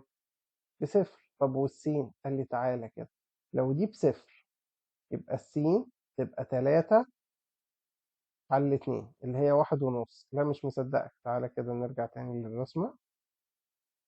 أهو، مش دي النقطة بتاعت يقطع محور س؟ تعالى، شايف النقطة دي؟ دي تقاطع محور س، اللي هي كام؟ قال لي الصاد بتاعتنا بصفر، ادي الصاد بصفر، هنا الصاد بصفر. طب والسين ما بين الواحد والاتنين اللي هي 1.5، اللي هي 3 على الاتنين. ودي تقاطع محور صاد اللي هي صفر وسالب 3. خلاص، يا رب تكون وضحت. طيب تعالى نشوف السؤال ده بس شوية. يلا يا باشمهندس، خد بالك دي أسئلة شوية مش متداولة في الامتحانات، ها؟ يعني مش الأسئلة اللي بتيجي كتير. قال لي احنا عندنا دالتين، واحدة اسمها دالة س، وهو مديهاني بس زائد 3.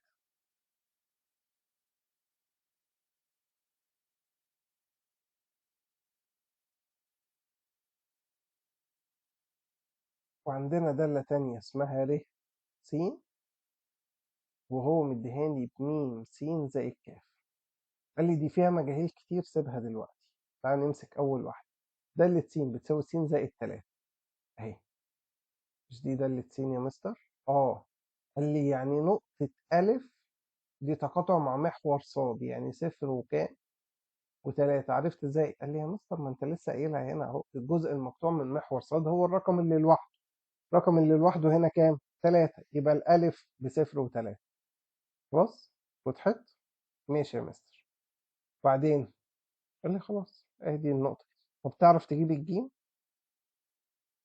الجيم تبع دالة س؟ هي تقاطع مع محور مين؟ س. يقطع محور س اهي الجيم، يقطع محور س في النقطة كام وكام؟ قال لي يا مستر يقطع محور س يبقى الصاد بكام؟ بصفر، حط ده بصفر. يبقى س زائد 3 بتساوي صفر، يبقى الس بكام؟ بسالب 3. خلاص، وضحت؟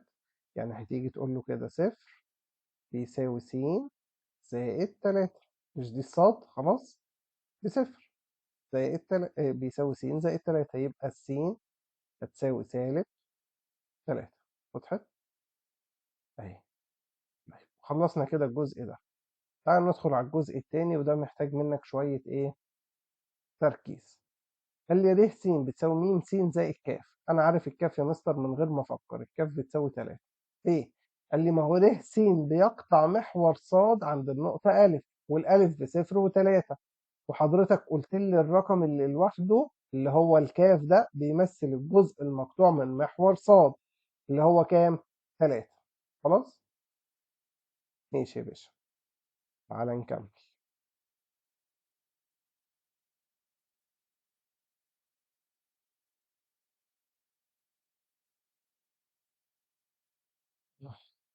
تتعب والله خلاص. عايزين الب بقى يا مستر. اهو، ما هو الب ده الجزء المقطوع من محور ايه؟ س. هو بيقول لك طول الب ج ده كله، الجزء ده كده كله ب7، وانا قايل لك الجزء ده لوحده بكام؟ ب3، يبقى ده لوحده بكام؟ ممتاز، 4. اللي يبقى نقطة ب ب4 و0. خلاص، ماشي. يعني يا مستر انا اقدر اكتب ر س بقى بتساوي م س زائد 3. اه، وانا عارف ان نقطة د موجودة على الر س، يعني لو الصاد بصفر هتساوي م س زائد 3، والسين ب4، يعني همسح السين دي واكتب مكانها 4، يبقى م في 4 زائد 3. يبقى الميم بس هتساوي كام؟ قال لي سالب 3 على 4. ممتاز. خلاص، كده احنا جبنا قيمة الكاف وقيمة مين؟ الميم. الراجل عايز ر 8. تعالى نكتب الر بقى كام. اهي ر س بتساوي سالب 3 على 4 س زائد 3. بص، انت عاوز ر كام؟ 8. هتساوي سالب 3 على 4، شيل السين حط 8 زائد 3. هتساوي، نحسب الكلام ده على الآلة الحاسبة. مود 1. يلا يا باشا، -3 على 4 ب8 زائد 3 يساوي -3. بص، يبقى ر 8 ب-3. وضحت؟ ما تعقدش نفسك لو السؤال ده ما فهمتوش قوي، ده مش من الأسئلة المتداولة. هو السؤال ده بيحبوا يجيبوه في محافظات الشرقية والدقهلية والحاجات دي، معرفش الهدف منه بيبقى ايه يعني. دول كده شوية أسئلة اختر، بس مهمين عشان أنا عايزك تتعلم منهم شوية حاجات كده. بيقول لي دالة س بتساوي 2 س أس 2 ناقص 4 س زائد 5.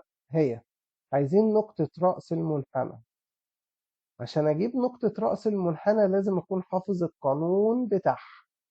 طب أحفظ القانون بتاعها إزاي؟ أهو القانون بتاعها بيقول لك سالب ب على 2 ألف ودالة سالب ب على 2 ألف. خلاص؟ يلا تعالى نجيب بقى نقطة رأس المنحنى. سالب ب، الب هو معامل السين، هنغير إشارته فيبقى 4 على 2 في الألف اللي هي بكام؟ ب2. الكلام ده تحسبه طلع بواحد. قال لي يبقى أنا عايز دالة كام؟ 1. إزاي أجيب دالة 1؟ هنشيل السين ونحط مكانها 1، تبقى 2 و1 أس 2 ناقص 4 في 1 زائد 5. احسب الكلام ده على الآلة الحاسبة. 2 في 1 أس 2 ناقص 4 1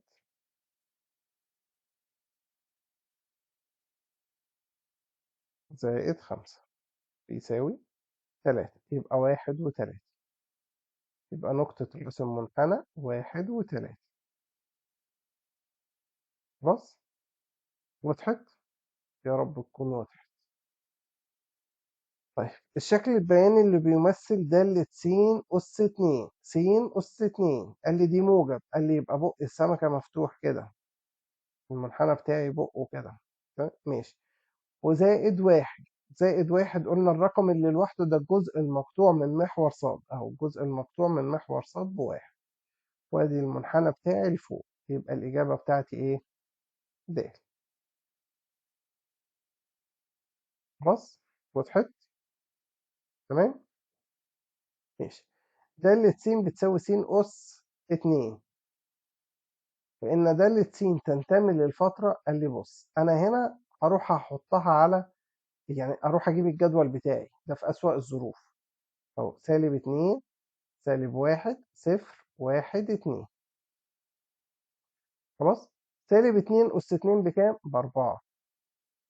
يعني هجيب الجدول بالآلة أهو، مود تيبل. فين التيبل بتاعنا؟ أهو س أس 2. خلاص؟ بيساوي البداية -2 في النهاية 2. أهو 4 1 0 4 1 0 1 4. المدى بقى دالة س تنتمي ليه؟ أصغر رقم هنا كام؟ 0. أكبر رقم 4، يبقى من الصفر لل4. خلاص؟ وضحت؟ ده اسمه دالة س تنتمي لمين؟ اللي هو المدى. خلاص؟ اللي هو قيم الصاد أو جزء من قيم الصاد. تمام؟ يبقى يبدأ من عند أصغر رقم اللي هو الصفر لحد ال4. تمام؟ ماشي. بيقول لي إذا كان منحنى الدالة دي يقطع محور السينات. قال لي يقطع محور س يعني الصاد بصفر.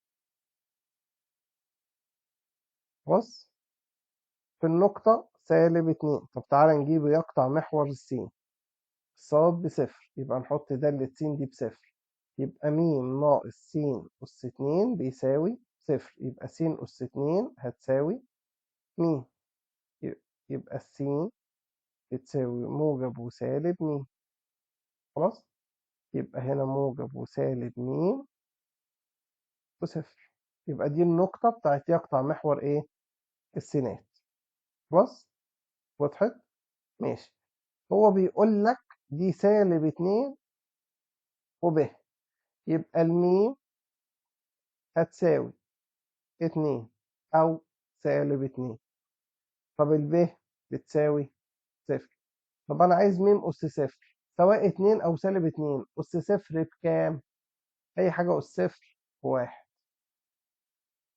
زائد 2 في ميم، 2 في 2 فيها غلطة البتاعة دي، بتاع محور س، يبقى الصاد بصفر. ماشي، يبقى س أس 2 بتساوي ميم. يبقى الس ده جذر ميم. يبقى هنا السين هتساوي موجب أو سالب جذر ميم. يبقى هنا موجب أو سالب جذر ميم بيساوي -2. طب احنا عايزين الميم بس هنربع الطرفين، فتطلع الميم ب4. خلاص، عشان أشيل الجذر هسيبها س أس 2 بميم. خلاص، بنربع الطرفين، يعني ده هربعه وده هربعه. تعرف تاني من الأول خالص، أنا عارف إن أنتوا هتطلعوا عيني في السؤال ده. هو كمان الراجل بيتفزلك، هي ناقصة. والله العظيم محافظات الشرقية والدقهلية دي هم بيحطوا أسئلة حلوة، بس ما ينفعش تبقى في آخر السنة. ماشي يا باشمهندس، تعالى نبدأ تاني من الأول. قال لي منحنى مش عارف منحنى إيه يقطع محور السينات. مستر أنا حافظ، أول ما حضرتك تقول لي يقطع محور السينات يبقى الصاد بصفر، يعني أنا عندي نقطة كده الجزء بتاع الصاد بتاعها بصفر. طب والسين هروح أجيبه، اروح اقول له م ناقص س أس 2 هتساوي 0. يبقى س أس 2 بتساوي م. طب السين بس اللي هتساوي موجب وسالب جذر م. خلاص، ماشي. قال لي يبقى هو يقطع محور السينات في النقطة موجب وسالب جذر ايه؟ م. قال لي ما انا مديلك النقطة دي، بقول لك ان النقطة دي -2 وايه؟ وب. خلاص؟ يعني يا مستر حضرتك عايز تقول إن موجب وسالب جذر م بيساوي -2، مش ده زوج مرتب بيساوي زوج مرتب؟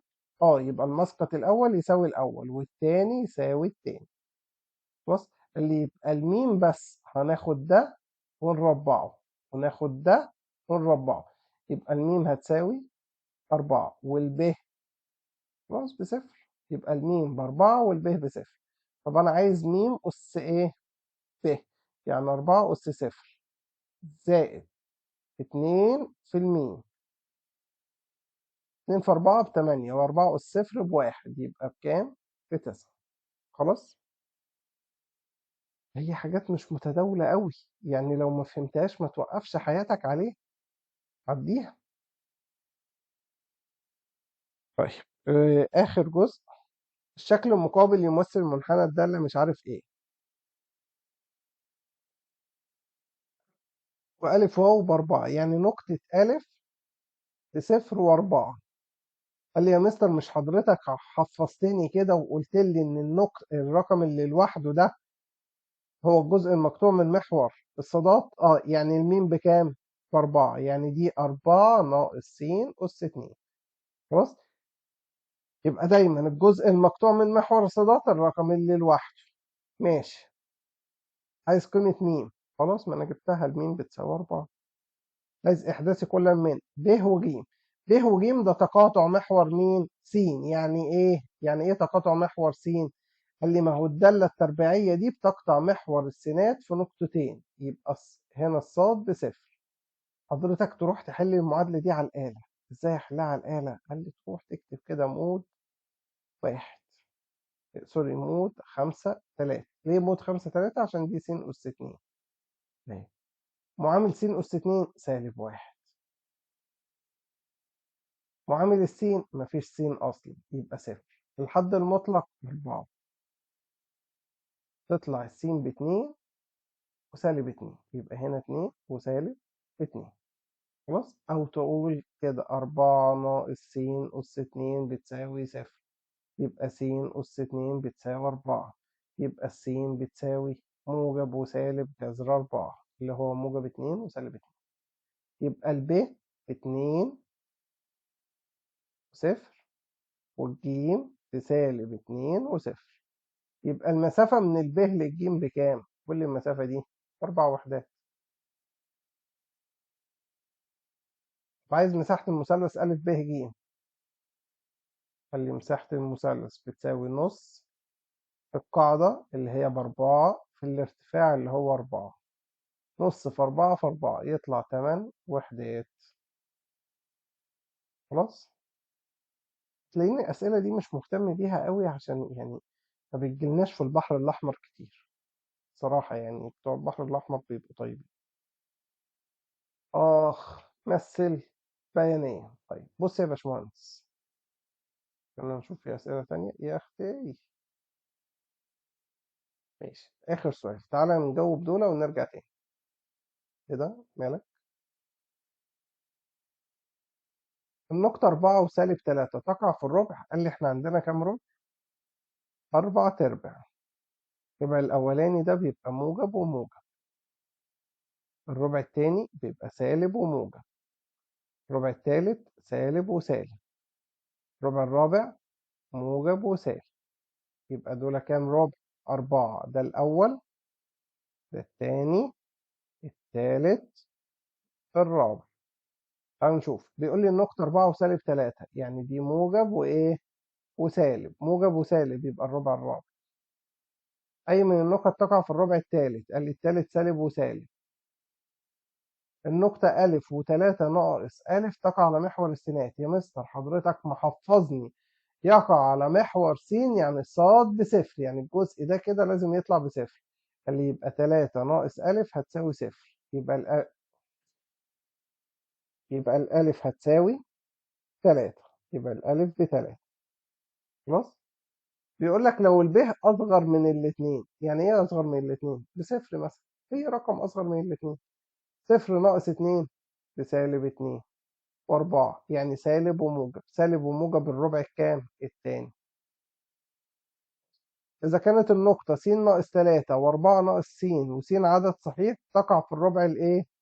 الرابع. الرابع يعني ده لازم يطلع رقم موجب، وده لازم يطلع رقم إيه؟ سالب. طيب عشان يطلع رقم موجب محتاج رقم أكبر من 3. خلاص. وعشان يطلع رقم سالب محتاج رقم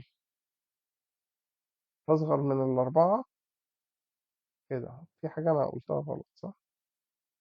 تعالى نجرب كده. 2 ناقص 3 مش هتنفع، 3 ناقص 3 مش هتنفع، 4 ناقص 3 1 صح دي تنفع، و4 ناقص 4 مش هتنفع. يبقى هي مين؟ الخمسة. ليه؟ 5 ناقص 3 ب2،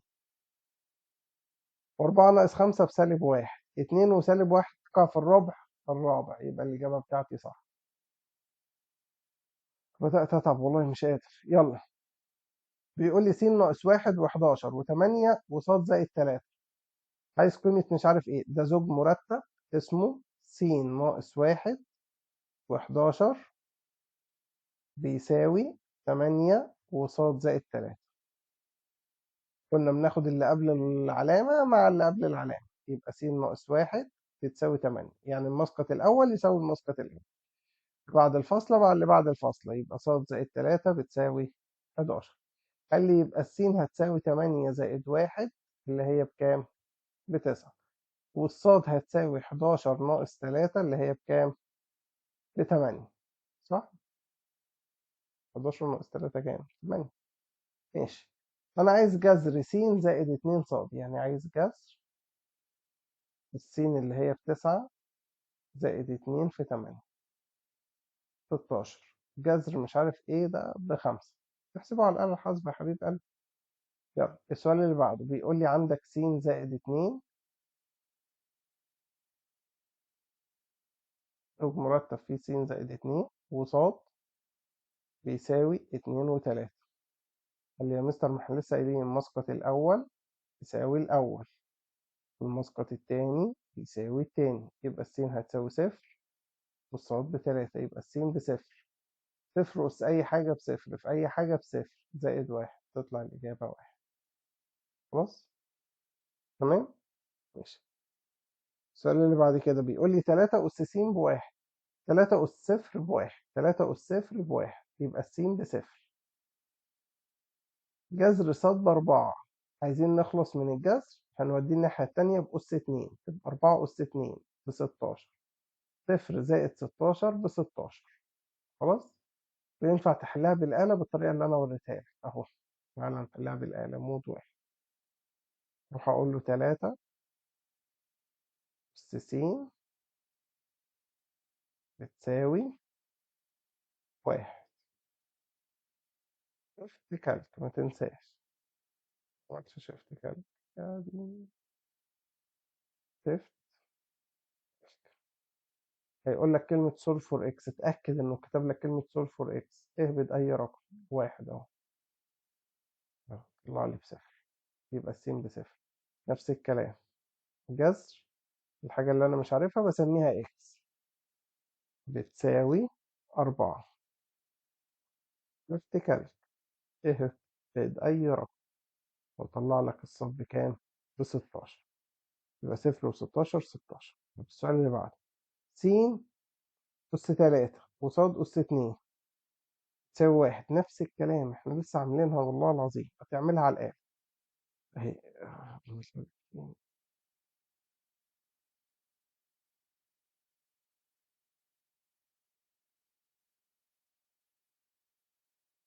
نقول له س أس 3 بتساوي واحد، قصاد أس 2 بتساوي 4. قال لي يبقى السين هتساوي واحد اللي هو الجذر التكعيبي للواحد بواحد، والصاد بتساوي موجب وسالب جذر 4. اللي خد بالك انا بقول لك السين اكبر من الصاد، يعني هناخد من الصاد العدد الايه السالب، يعني الصاد هتساوي سالب 2. يبقى هنا واحد بسالب 2 بسالب 2. تمام. تحط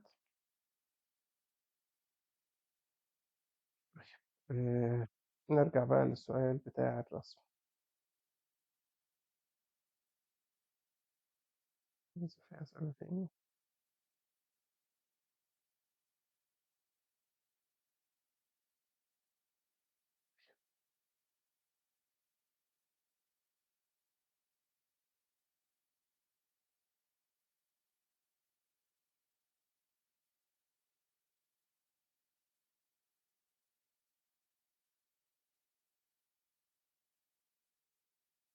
تعالى يا باشا نشوف سؤال الرسم الباقي.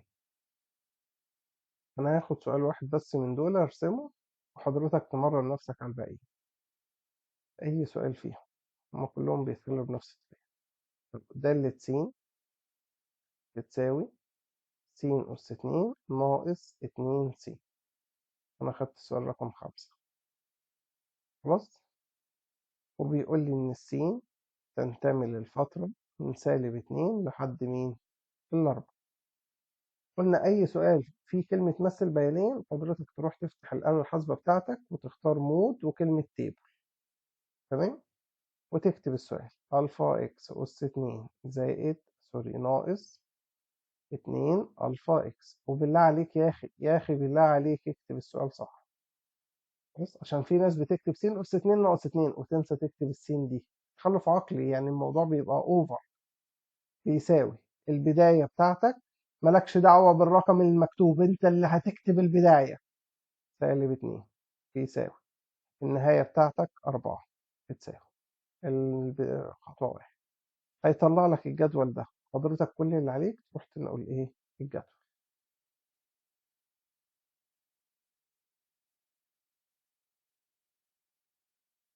يلا يا باشمهندس، س -2 -1 0 1 2 3 السين والصاد. س -2 -1 0 1 2 3 4. بص، قدام كل عنصر تحط الزوج بتاعه.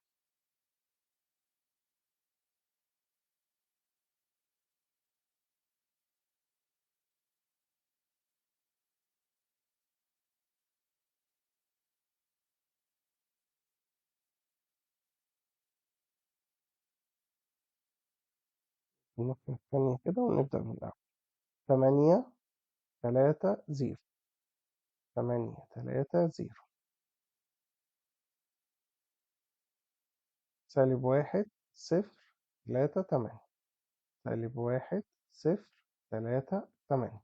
كده أنا اتأكدت إن الجدول بتاعي صح. ليه؟ أول رقم هنا زي آخر رقم هنا، الرقم اللي بعده زي اللي بعده، الرقم اللي بعده زي اللي بعده. تلاقي فيه نقطة بس هي اللي مختلفة. دي كده اسمها نقطة رأس المنحنى. نقطة رأس المنحنى كام وكام؟ 1 وسالب 1. خلاص. ومن نقطة رأس المنحنى قلنا بنروح نكتب س بتساوي 1. بعد كده هي عظمى ولا صغرى؟ -1 ده رقم صغير بالنسبة لل8، يبقى صغرى بتساوي -1. خلصت دول تروح واخد الجدول بتاعك كده تقصه وتطلع بيه يا باشا على كراسة الرسم البياني بتاعتك وتلزقه كده على جنب. روح تمسك القلم الرصاص بتاعك. عارف ده رصاص؟ رصاص؟ مش ده رصاص. أنا مش هرسم بالرصاص بصراحة، مش هيبان. أنا بحب الأخضر في الرسم. روح ترسم محور واقف كده. الله. محور زيه كده نايم.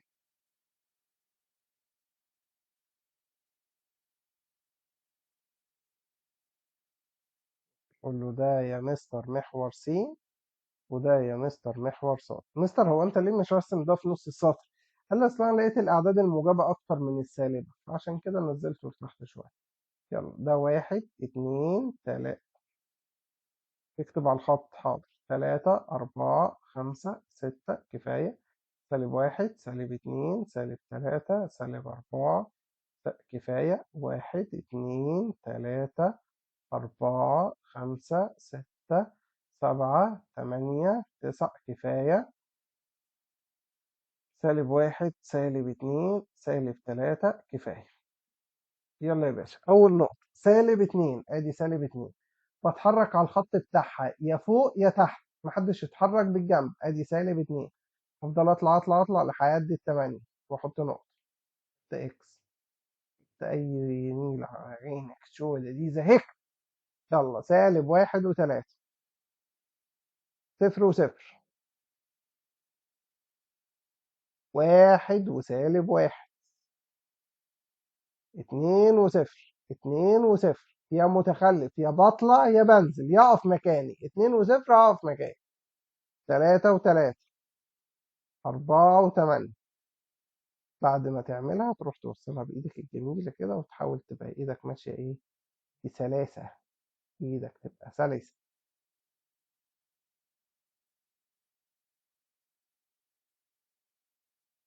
الله.